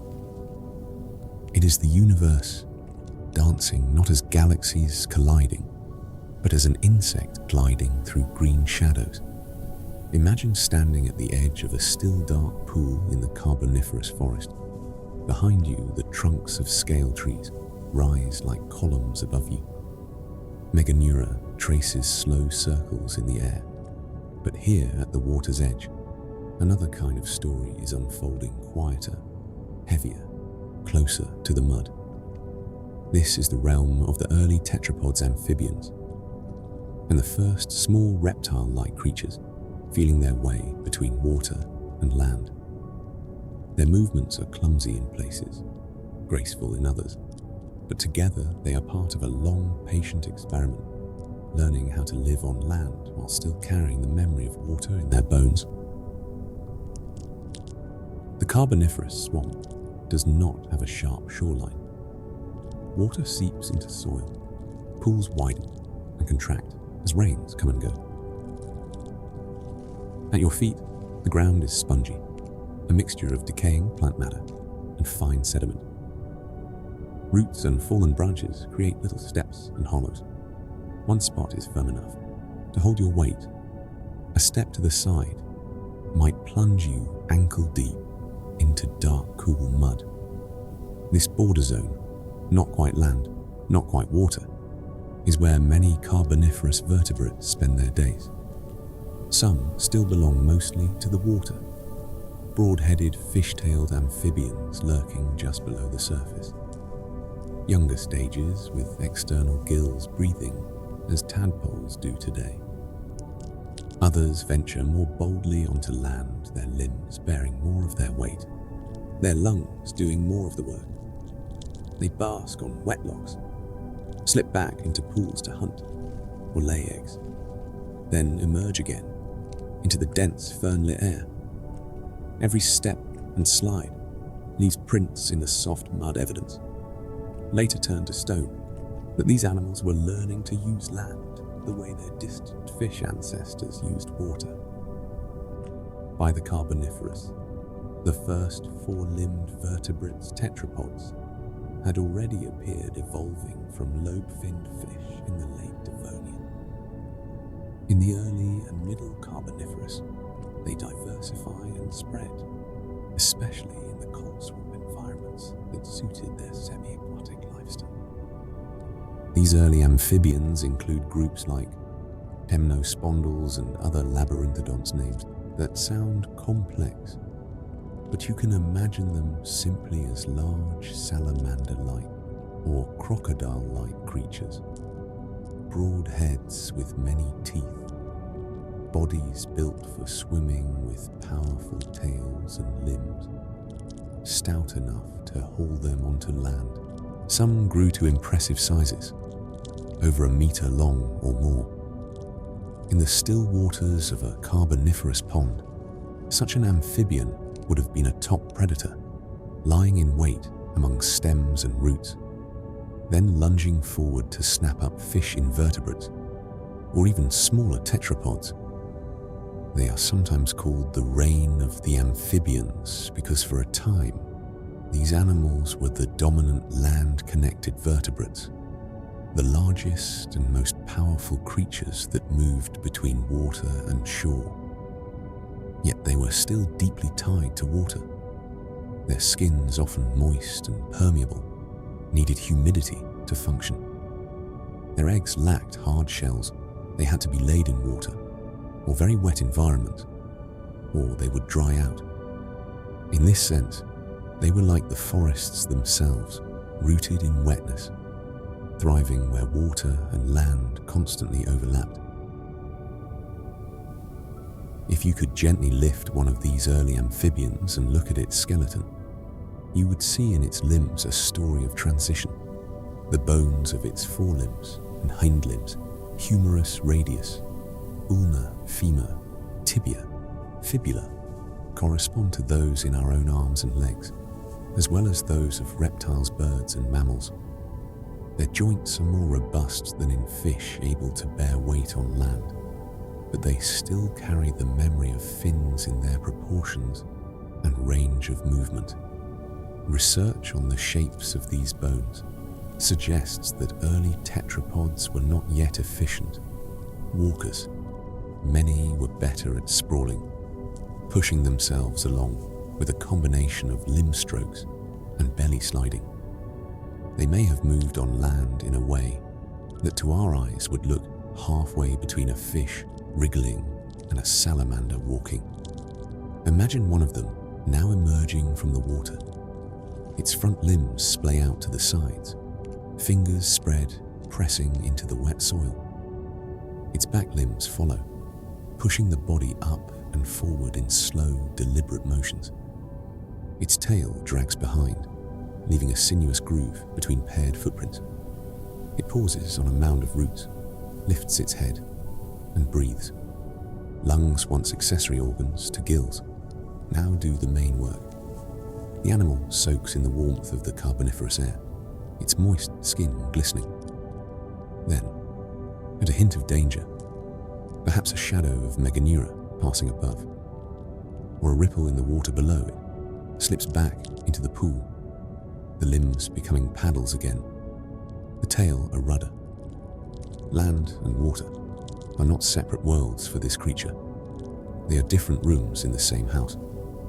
Early amniotes, small steps toward independence. Among these amphibians, another kind of tetrapod begins to appear in the late Carboniferous, the early amniotes. Amniotes are the group that will eventually give rise to reptiles, birds, and mammals, including us. Their key innovation is internal and subtle.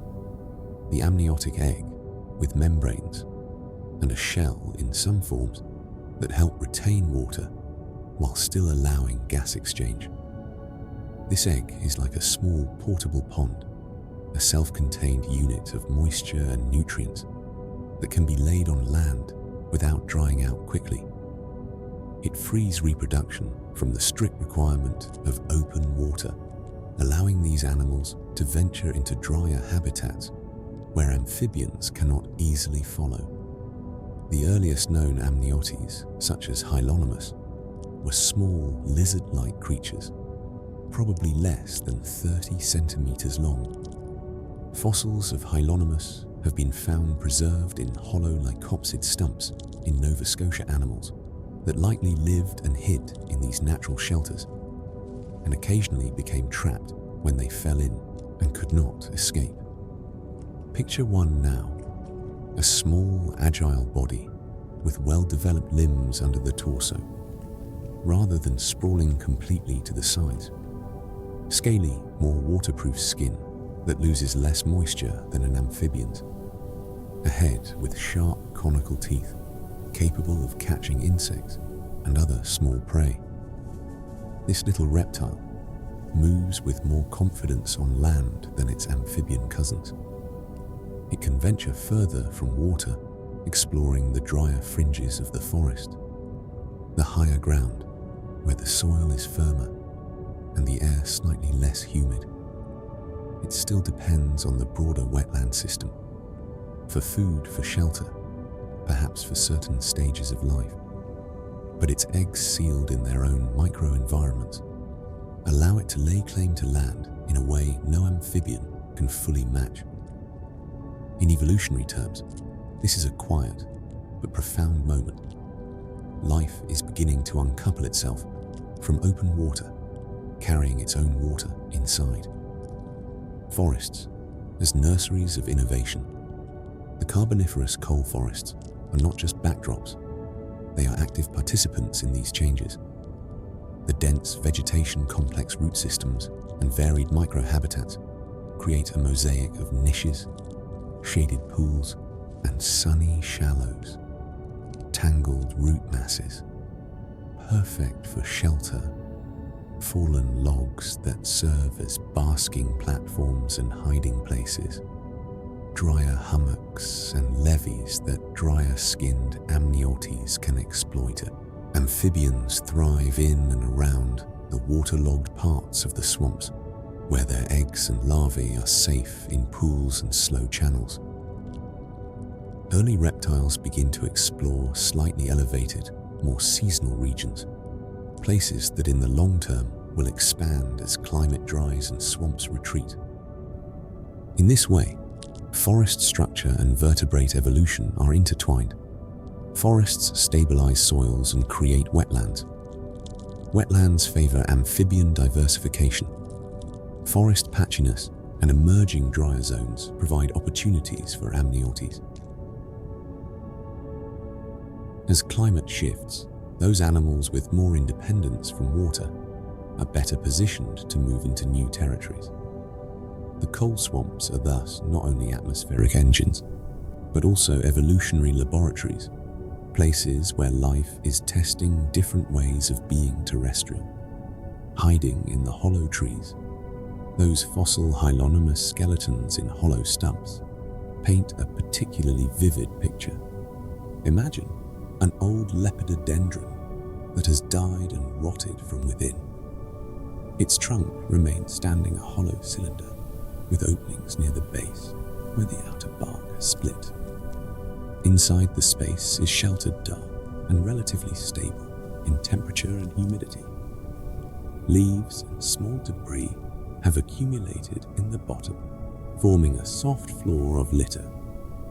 Small amniotes may have used these hollow trees as refuges to escape predators, to rest during the hottest part of the day, to hunt insects that also use the hollow space.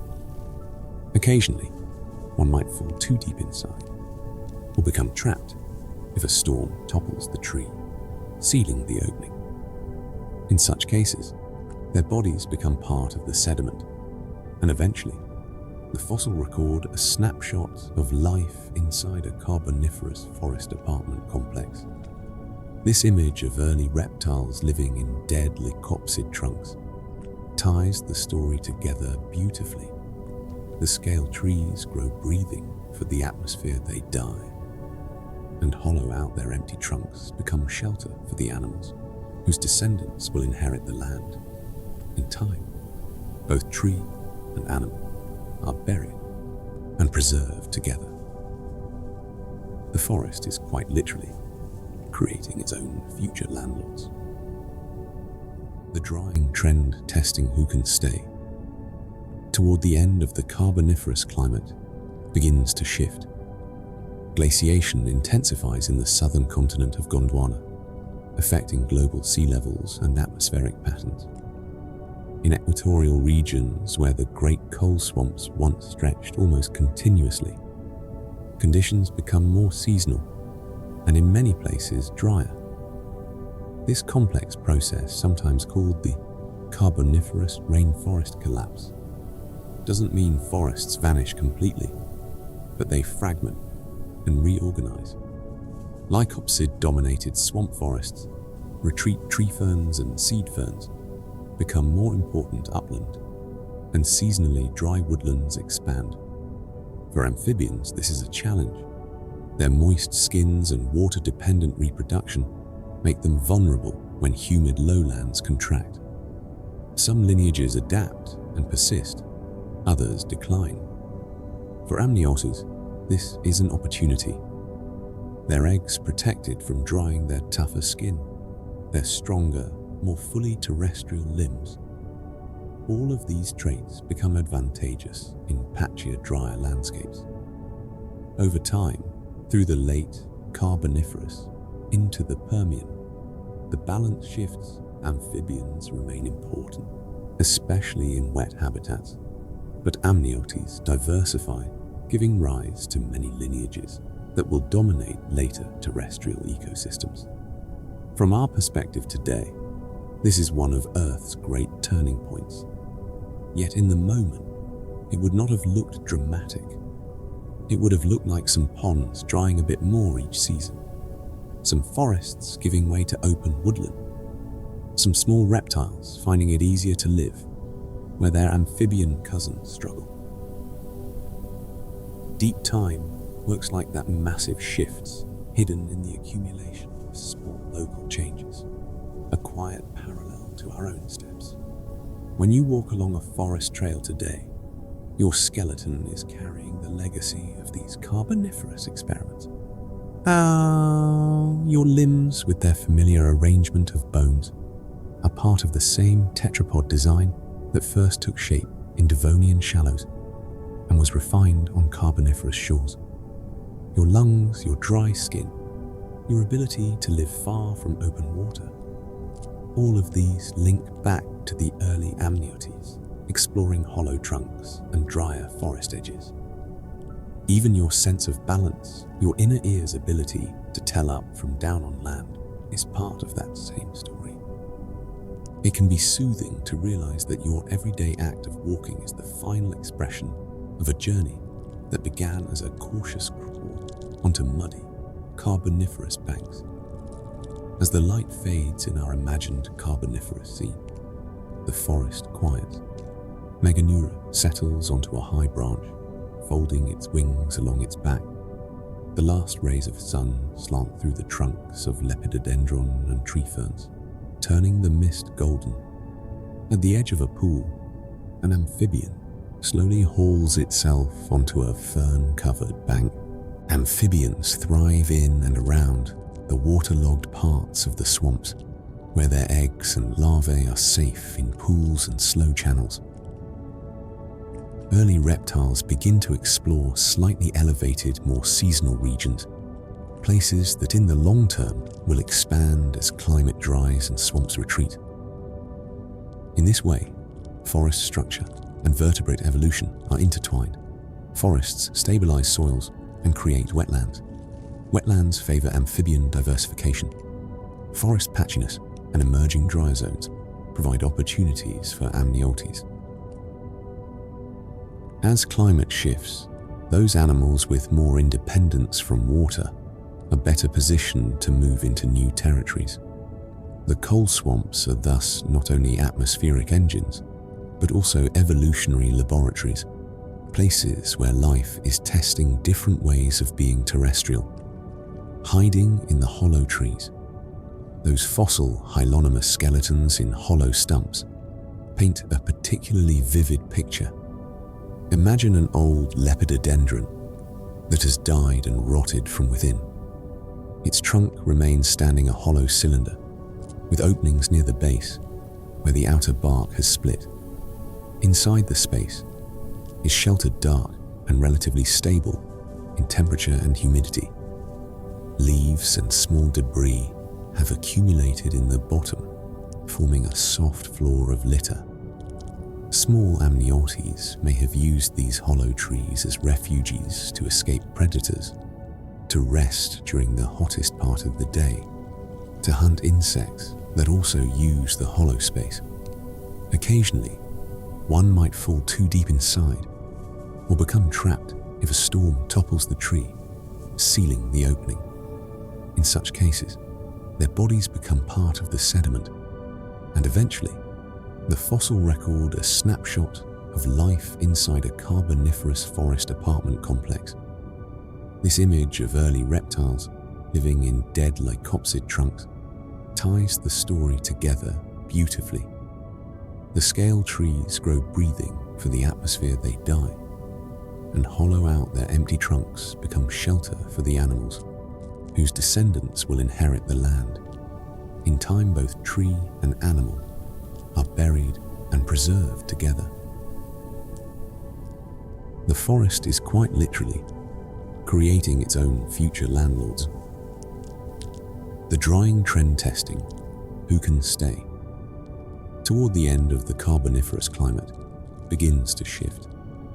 Glaciation intensifies in the southern continent of Gondwana, affecting global sea levels and atmospheric patterns. In equatorial regions where the great coal swamps once stretched almost continuously, conditions become more seasonal and in many places drier. This complex process, sometimes called the Carboniferous rainforest collapse, doesn't mean forests vanish completely, but they fragment and reorganize.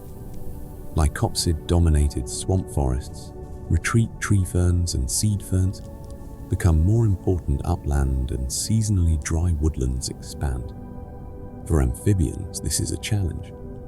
Their moist skins and water-dependent reproduction make them vulnerable when humid lowlands contract. Some lineages adapt and persist, others decline. For amniotes, this is an opportunity. Their eggs protected from drying their tougher skin, their stronger, more fully terrestrial limbs. All of these traits become advantageous in patchier, drier landscapes. Over time, through the late Carboniferous into the Permian, the balance shifts. Amphibians remain important, especially in wet habitats, but amniotes diversify, giving rise to many lineages that will dominate later terrestrial ecosystems. From our perspective today, this is one of Earth's great turning points. Yet in the moment, it would not have looked dramatic. It would have looked like some ponds drying a bit more each season, some forests giving way to open woodland, some small reptiles finding it easier to live where their amphibian cousins struggle. Deep time works like that massive shift hidden in the accumulation of small local changes. A quiet parallel to our own steps. When you walk along a forest trail today, your skeleton is carrying the legacy of these Carboniferous experiments. Your limbs, with their familiar arrangement of bones, are part of the same tetrapod design that first took shape in Devonian shallows and was refined on Carboniferous shores. Your lungs, your dry skin, your ability to live far from open water, all of these link back to the early amniotes exploring hollow trunks and drier forest edges. Even your sense of balance, your inner ear's ability to tell up from down on land, is part of that same story. It can be soothing to realize that your everyday act of walking is the final expression of a journey that began as a cautious crawl onto muddy, Carboniferous banks. As the light fades in our imagined Carboniferous scene, the forest quiets. Meganeura settles onto a high branch, folding its wings along its back. The last rays of sun slant through the trunks of lepidodendron and tree ferns, turning the mist golden. At the edge of a pool, an amphibian slowly hauls itself onto a fern-covered bank. It rests for a while, sides pulsing as it breathes, dew condensing on its skin. Nearby, a small reptile, Hylonomus or something like it, darts between roots and disappears into the hollow base of a dead tree. In the soft mud, footprints remain rounded impressions where the amphibian's toes spread under its weight. Sharper, more defined prints where the small reptile's toes dug briefly into the soil as it ran. Millions of years from now, those simple marks may be found as fossil signatures of a time when vertebrates were learning to share the forest with the trees that built the air, when life was testing new ways to move, to breathe, and to be free of the water that first cradled it. In that thought, there is a deep calm, the recognition that the Earth's story, written in stone and peat and bone, is one long patient unfolding, and that the quiet steps of a Carboniferous tetrapod on a swampy shore were also the first faint echoes of your own footsteps on the ground today. As the Carboniferous world drifts on, it might seem standing in the middle of a coal forest that this green arrangement will last forever. Scale trees rise like pillars. Meganeura drifts between the trunks amphibians and early reptiles, move along the margins of black water pools. But deep time does not stand still. The same slow forces that built this quiet earth also begin very gently to change the rules. For millions of years, the equatorial regions of Euramerica, what is now parts of Europe and North America, were wrapped in almost continuous swamp forest.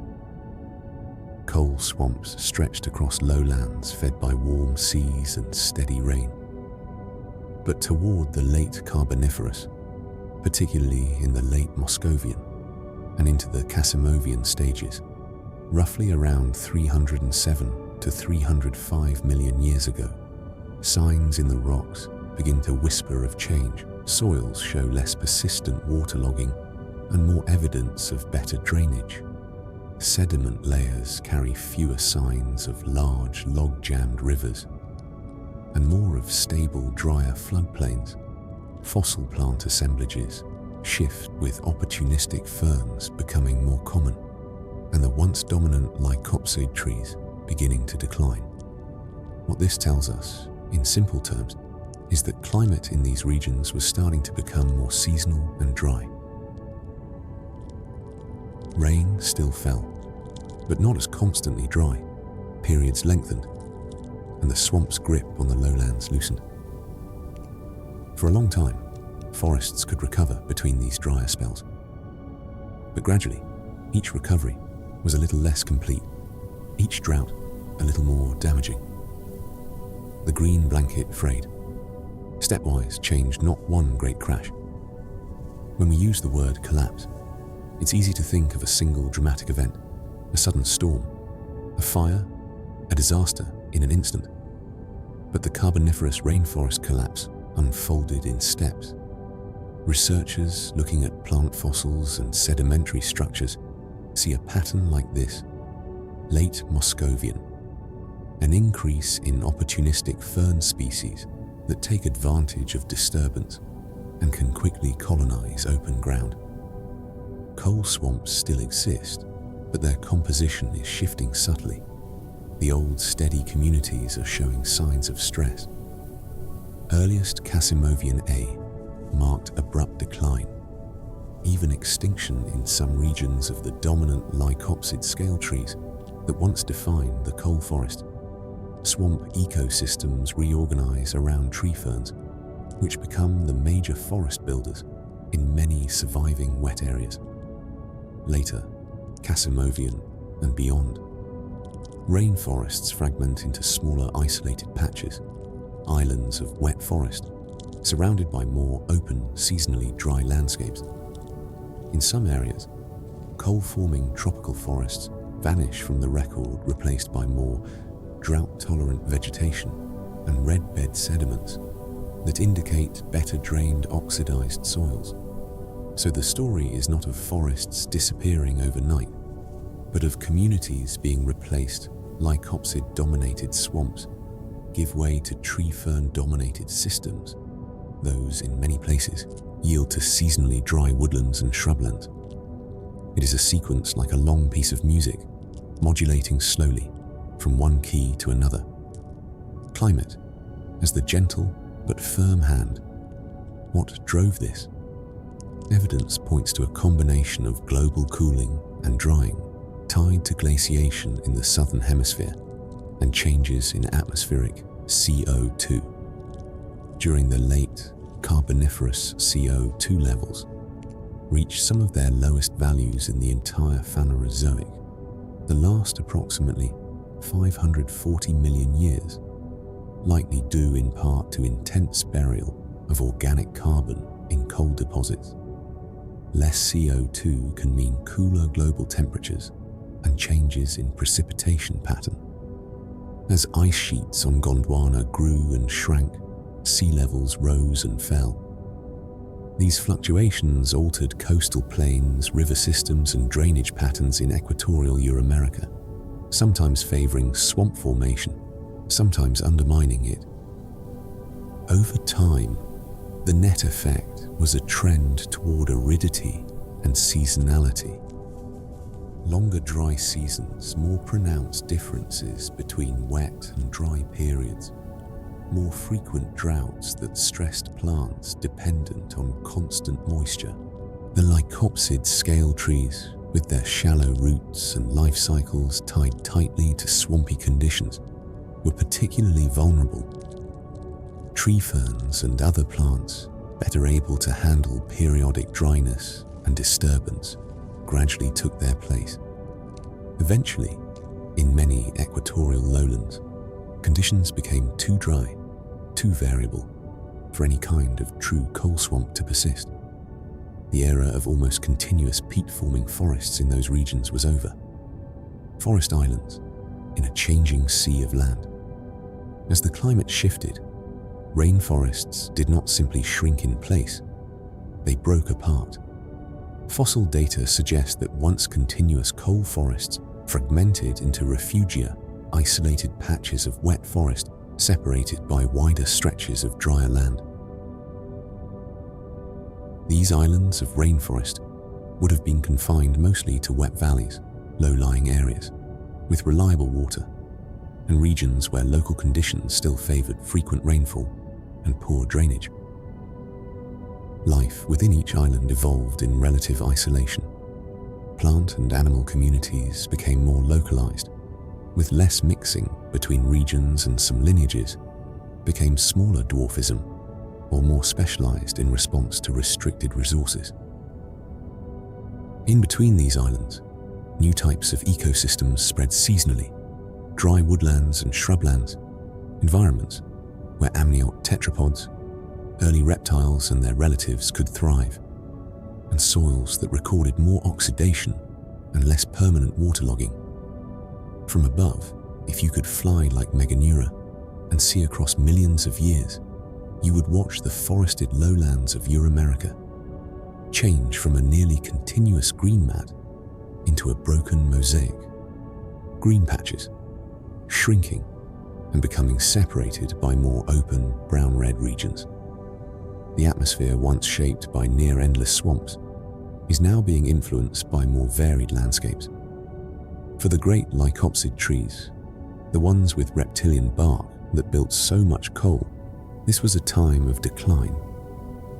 As the climate dried and swamps retreated, many of these species underwent major extinction in Euramerica. Their very specific requirements, constant high water tables, waterlogged lowlands, high humidity, became harder to meet consistently. In their place, tree ferns and other spore-bearing plants rose to dominance in the remaining wet forests. These plants had different architectures and different ecological strategies, creating new forest structures and microhabitats. Coal formation did not cease everywhere.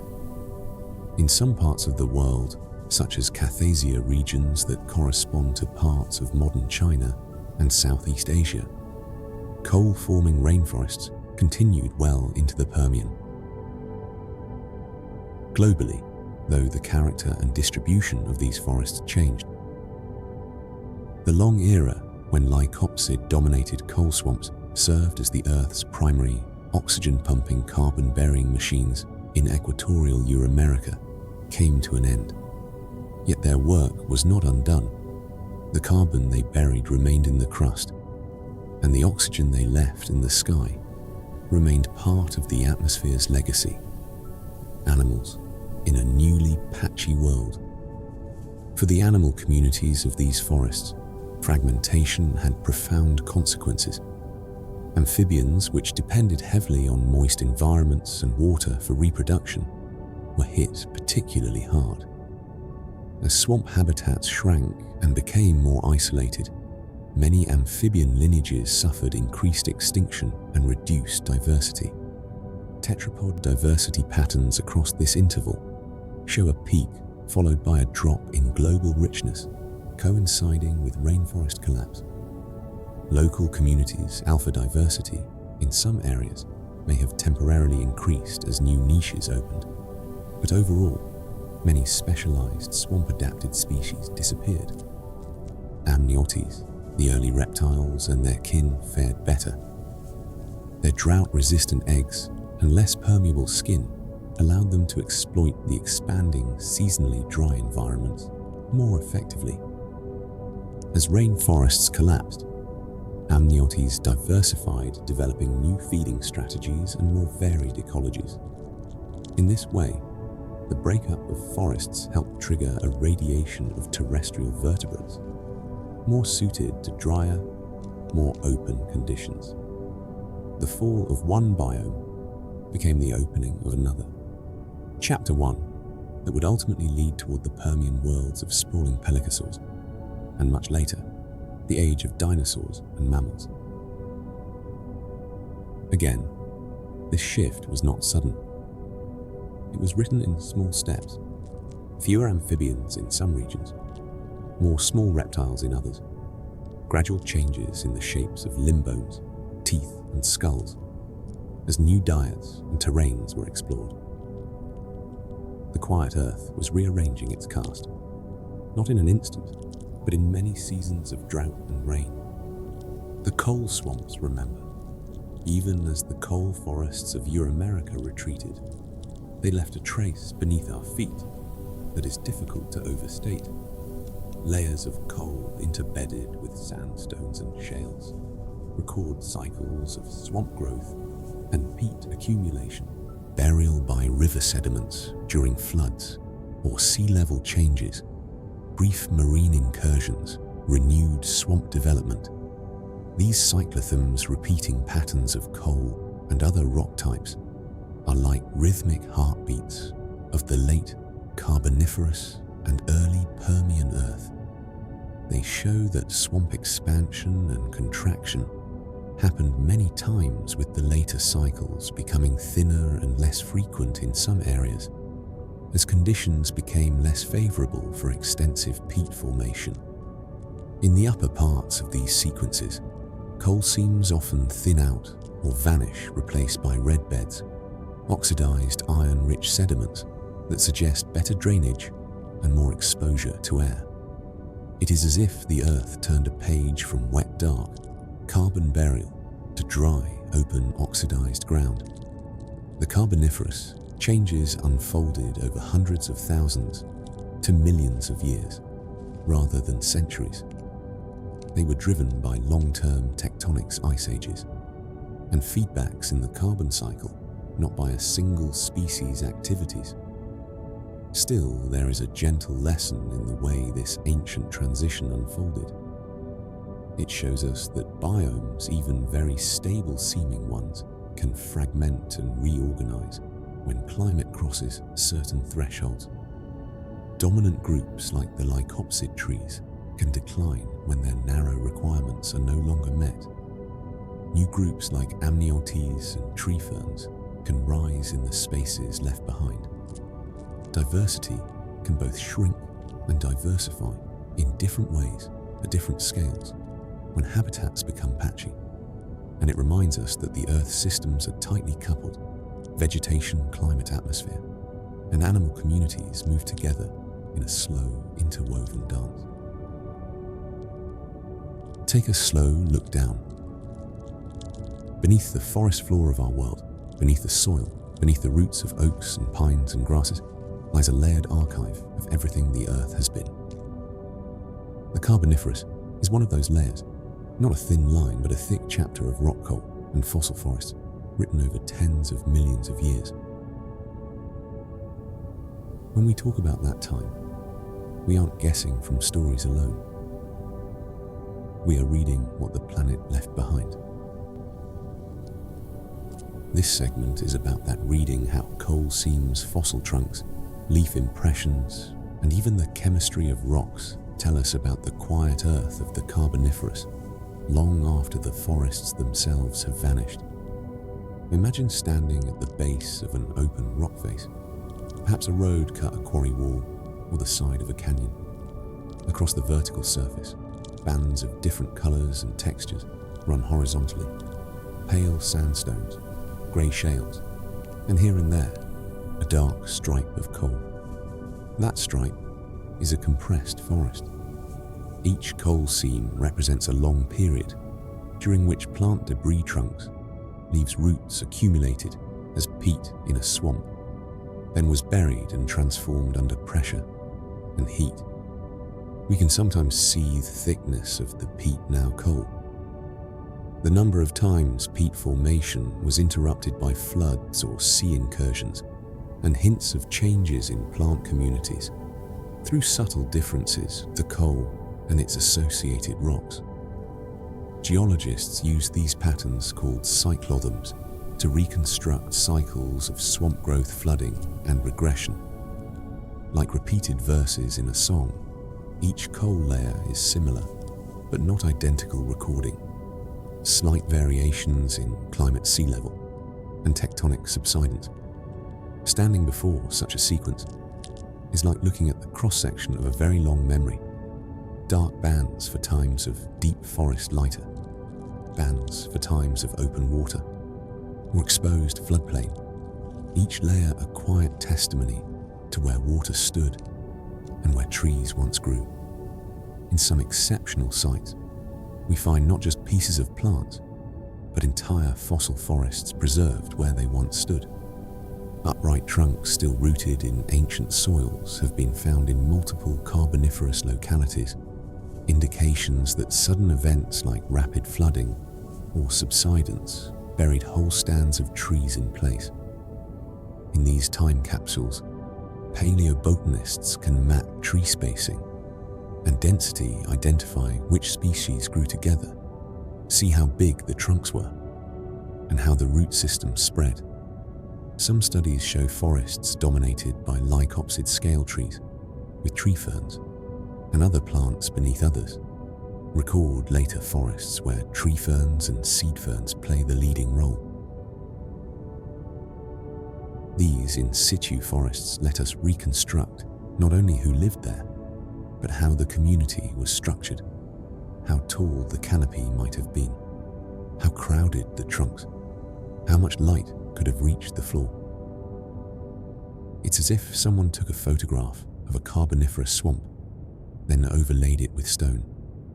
Millions of years later, we brush away the dust and see the composition of that ancient scene. Bark, leaves, and the fine print.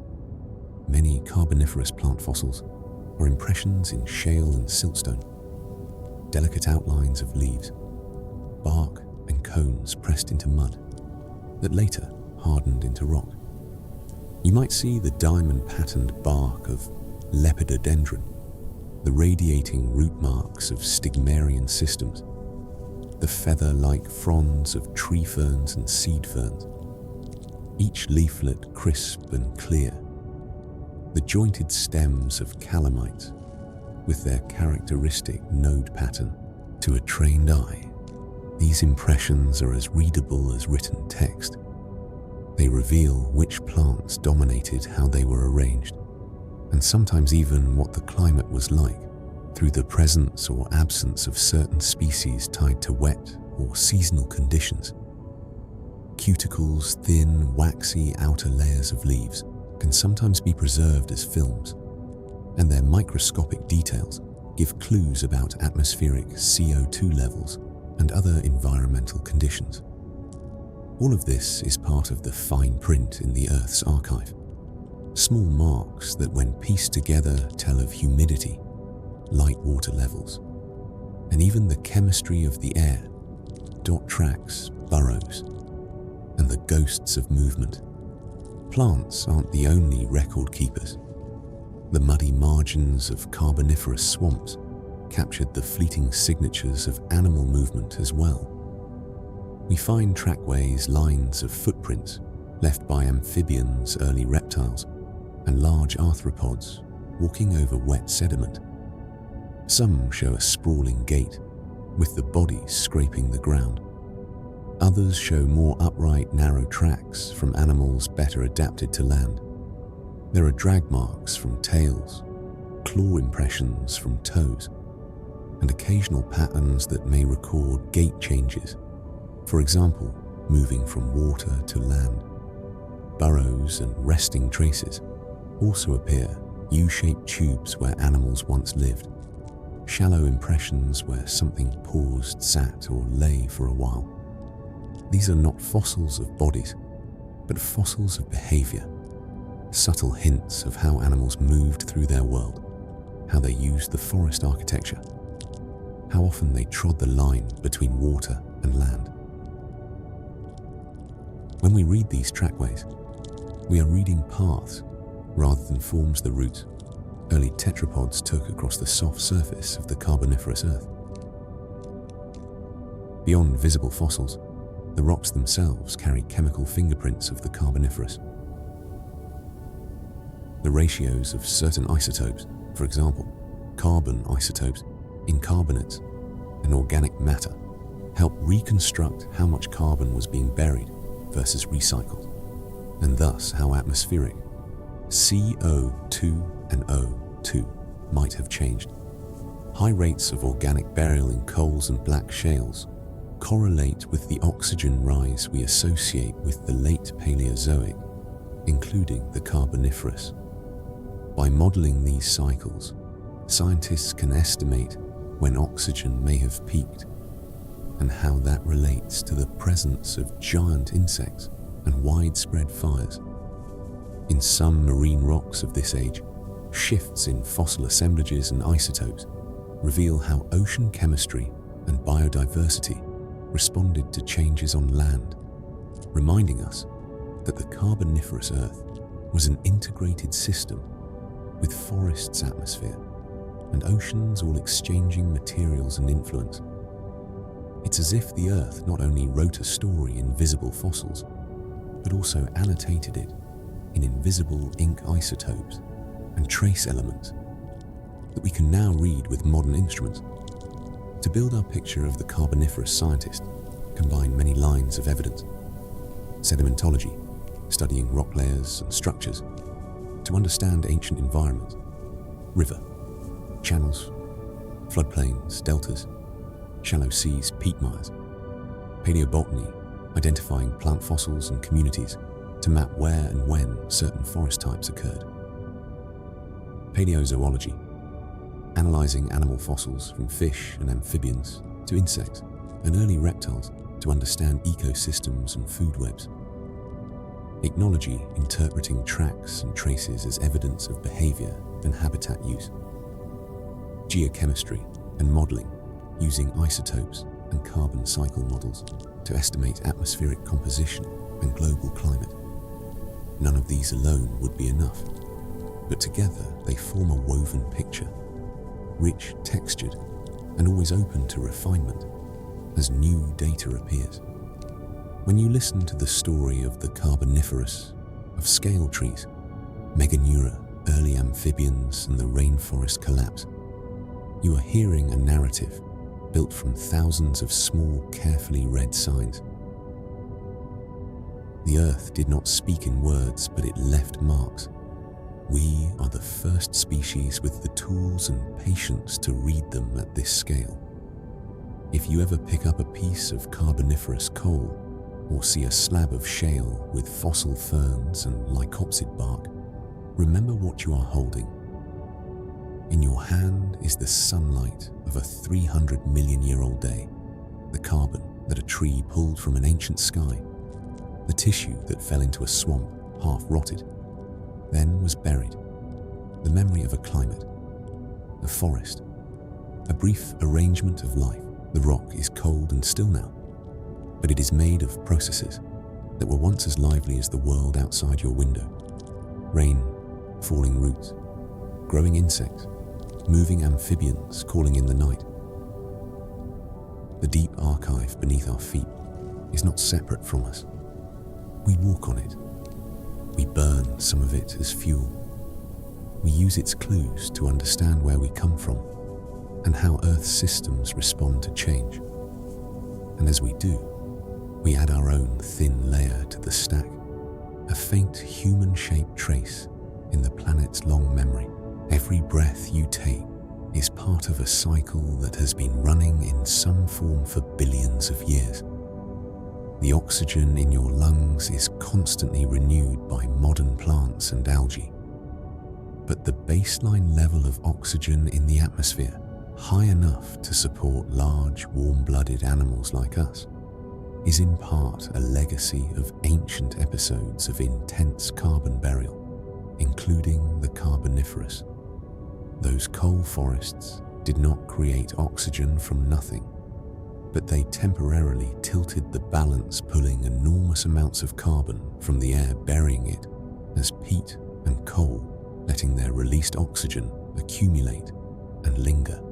Over long timescales, Earth's oxygen has risen and fallen, influenced by many processes. The high oxygen world of the late Paleozoic, past levels dropped again. But the memory of that time is encoded in the way our planet learned to host complex active life that breathes O2 and burns carbon for energy. In that sense, when you inhale and feel your chest rise, you are participating in a pattern that those ancient forests helped test and stabilize. Your breath is modern, but the possibility of that breath is old. Think about the lights that glow in a city at night, or the warmth of an old coal fire. Much of the world's industrial energy has come from burning fossil fuels, coal, oil, gas, which are at their core different forms of ancient sunlight, stored in organic matter and buried. When you burn coal, you are taking carbon that was captured by Carboniferous trees, compressed for 300 million years, and releasing it back into the sky in moments. You are collapsing millions of years of accumulation into a human timescale. This is not a moral observation here, but a temporal one. It shows how deeply entangled we already are with deep time. Our electricity, our industries, our technologies have been powered in part by decisions made by forests long before humans existed. As we slowly shift to other energy sources, we are rewriting that relationship, learning to capture sunlight directly again, or to use the Earth's internal heat or the motion of wind and water. But the Carboniferous remains the first great deposit account we ever drew from on a planetary scale. We live in buildings partly heated and lit by the work of scale trees and swamp ferns. Deep time, shallow time. Our lives feel long to us. Years, decades, generations each has its own weight. But compared to the Carboniferous, our entire recorded history is like the last flicker of daylight before night. The forests we've been exploring lasted tens of millions of years. The rise and fall of their dominant plants spanned spans of time beyond easy comprehension. The rainforest collapse unfolded in slow steps over hundreds of thousands to millions of years. Set against that are centuries of industrial activity, our decades of climate observation, our individual lives. They are thin strokes on a very long canvas. This isn't meant to make our choices feel unimportant. Quite the opposite. It shows that even thin strokes can be bright. Even brief intervals can redirect long trends, especially when they involve rapid changes in carbon and land use. But it can be calming to hold both scales at once, the immediacy of your own breath and the slow, vast breathing of forests and oceans over geologic time. You are not outside that rhythm. you are a small, aware part of it, learning from an old experiment. The Carboniferous was one experiment among many in Earth's history. It tested what happens when forests cover vast equatorial lowlands, what happens when carbon burial is extremely high, what happens when oxygen levels climb fires, become frequent, and insects explore giant body sizes, what happens when climate then shifts toward dryness, and those forests fragment. The results included thick coal deposits, a temporary, oxygen-rich atmosphere, large arthropods gliding through the air, the diversification of amniotes as rainforests collapsed and new habitats opened. We can't map these outcomes directly onto our own situation, but we can notice patterns that when carbon is buried or released at different rates, climate responds, that when biomes fragment, evolution takes new paths, that resilience exists, but not always in the exact form we might expect. The Carboniferous doesn't offer simple lessons. It offers a sense of scale and a reminder that Earth's systems are responsive, intertwined, and capable of both stability and change. A shared planet, many versions. The Earth that hosted Lepidodendron and Meganeura is the same Earth you walk on now. The crust has shifted. Continents have drifted. Climates have cycled. Life has changed. But the underlying planet, its mass, its gravity, its basic chemistry is the same. You live on a world that has worn many faces. A red, mostly barren early crust. An ocean world where life stayed small for billions of years. A time of giant trilobites and strange Cambrian seas. The coal forests of the Carboniferous, the reptile-rich worlds of the Permian and Mesozoic ice ages, and interglacial.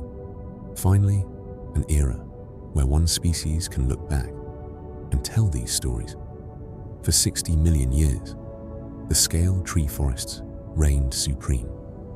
They were an astonishing evolutionary success, shaping the planet's climate and driving the evolution of giant life. But no empire, not even one made of plants, lasts forever. The very forces that allowed them to thrive would eventually lead to their demise.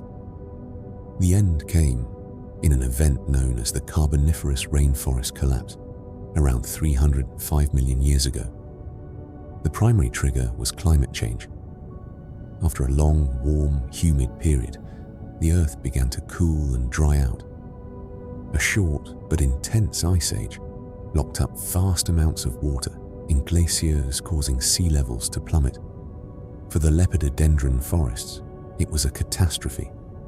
Their entire biology was adapted to a world of warm, wet lowlands. Their shallow stigmaria root systems were designed for waterlogged soil, not dry ground. As the climate dried, the vast swamps that were their lifeblood began to shrink.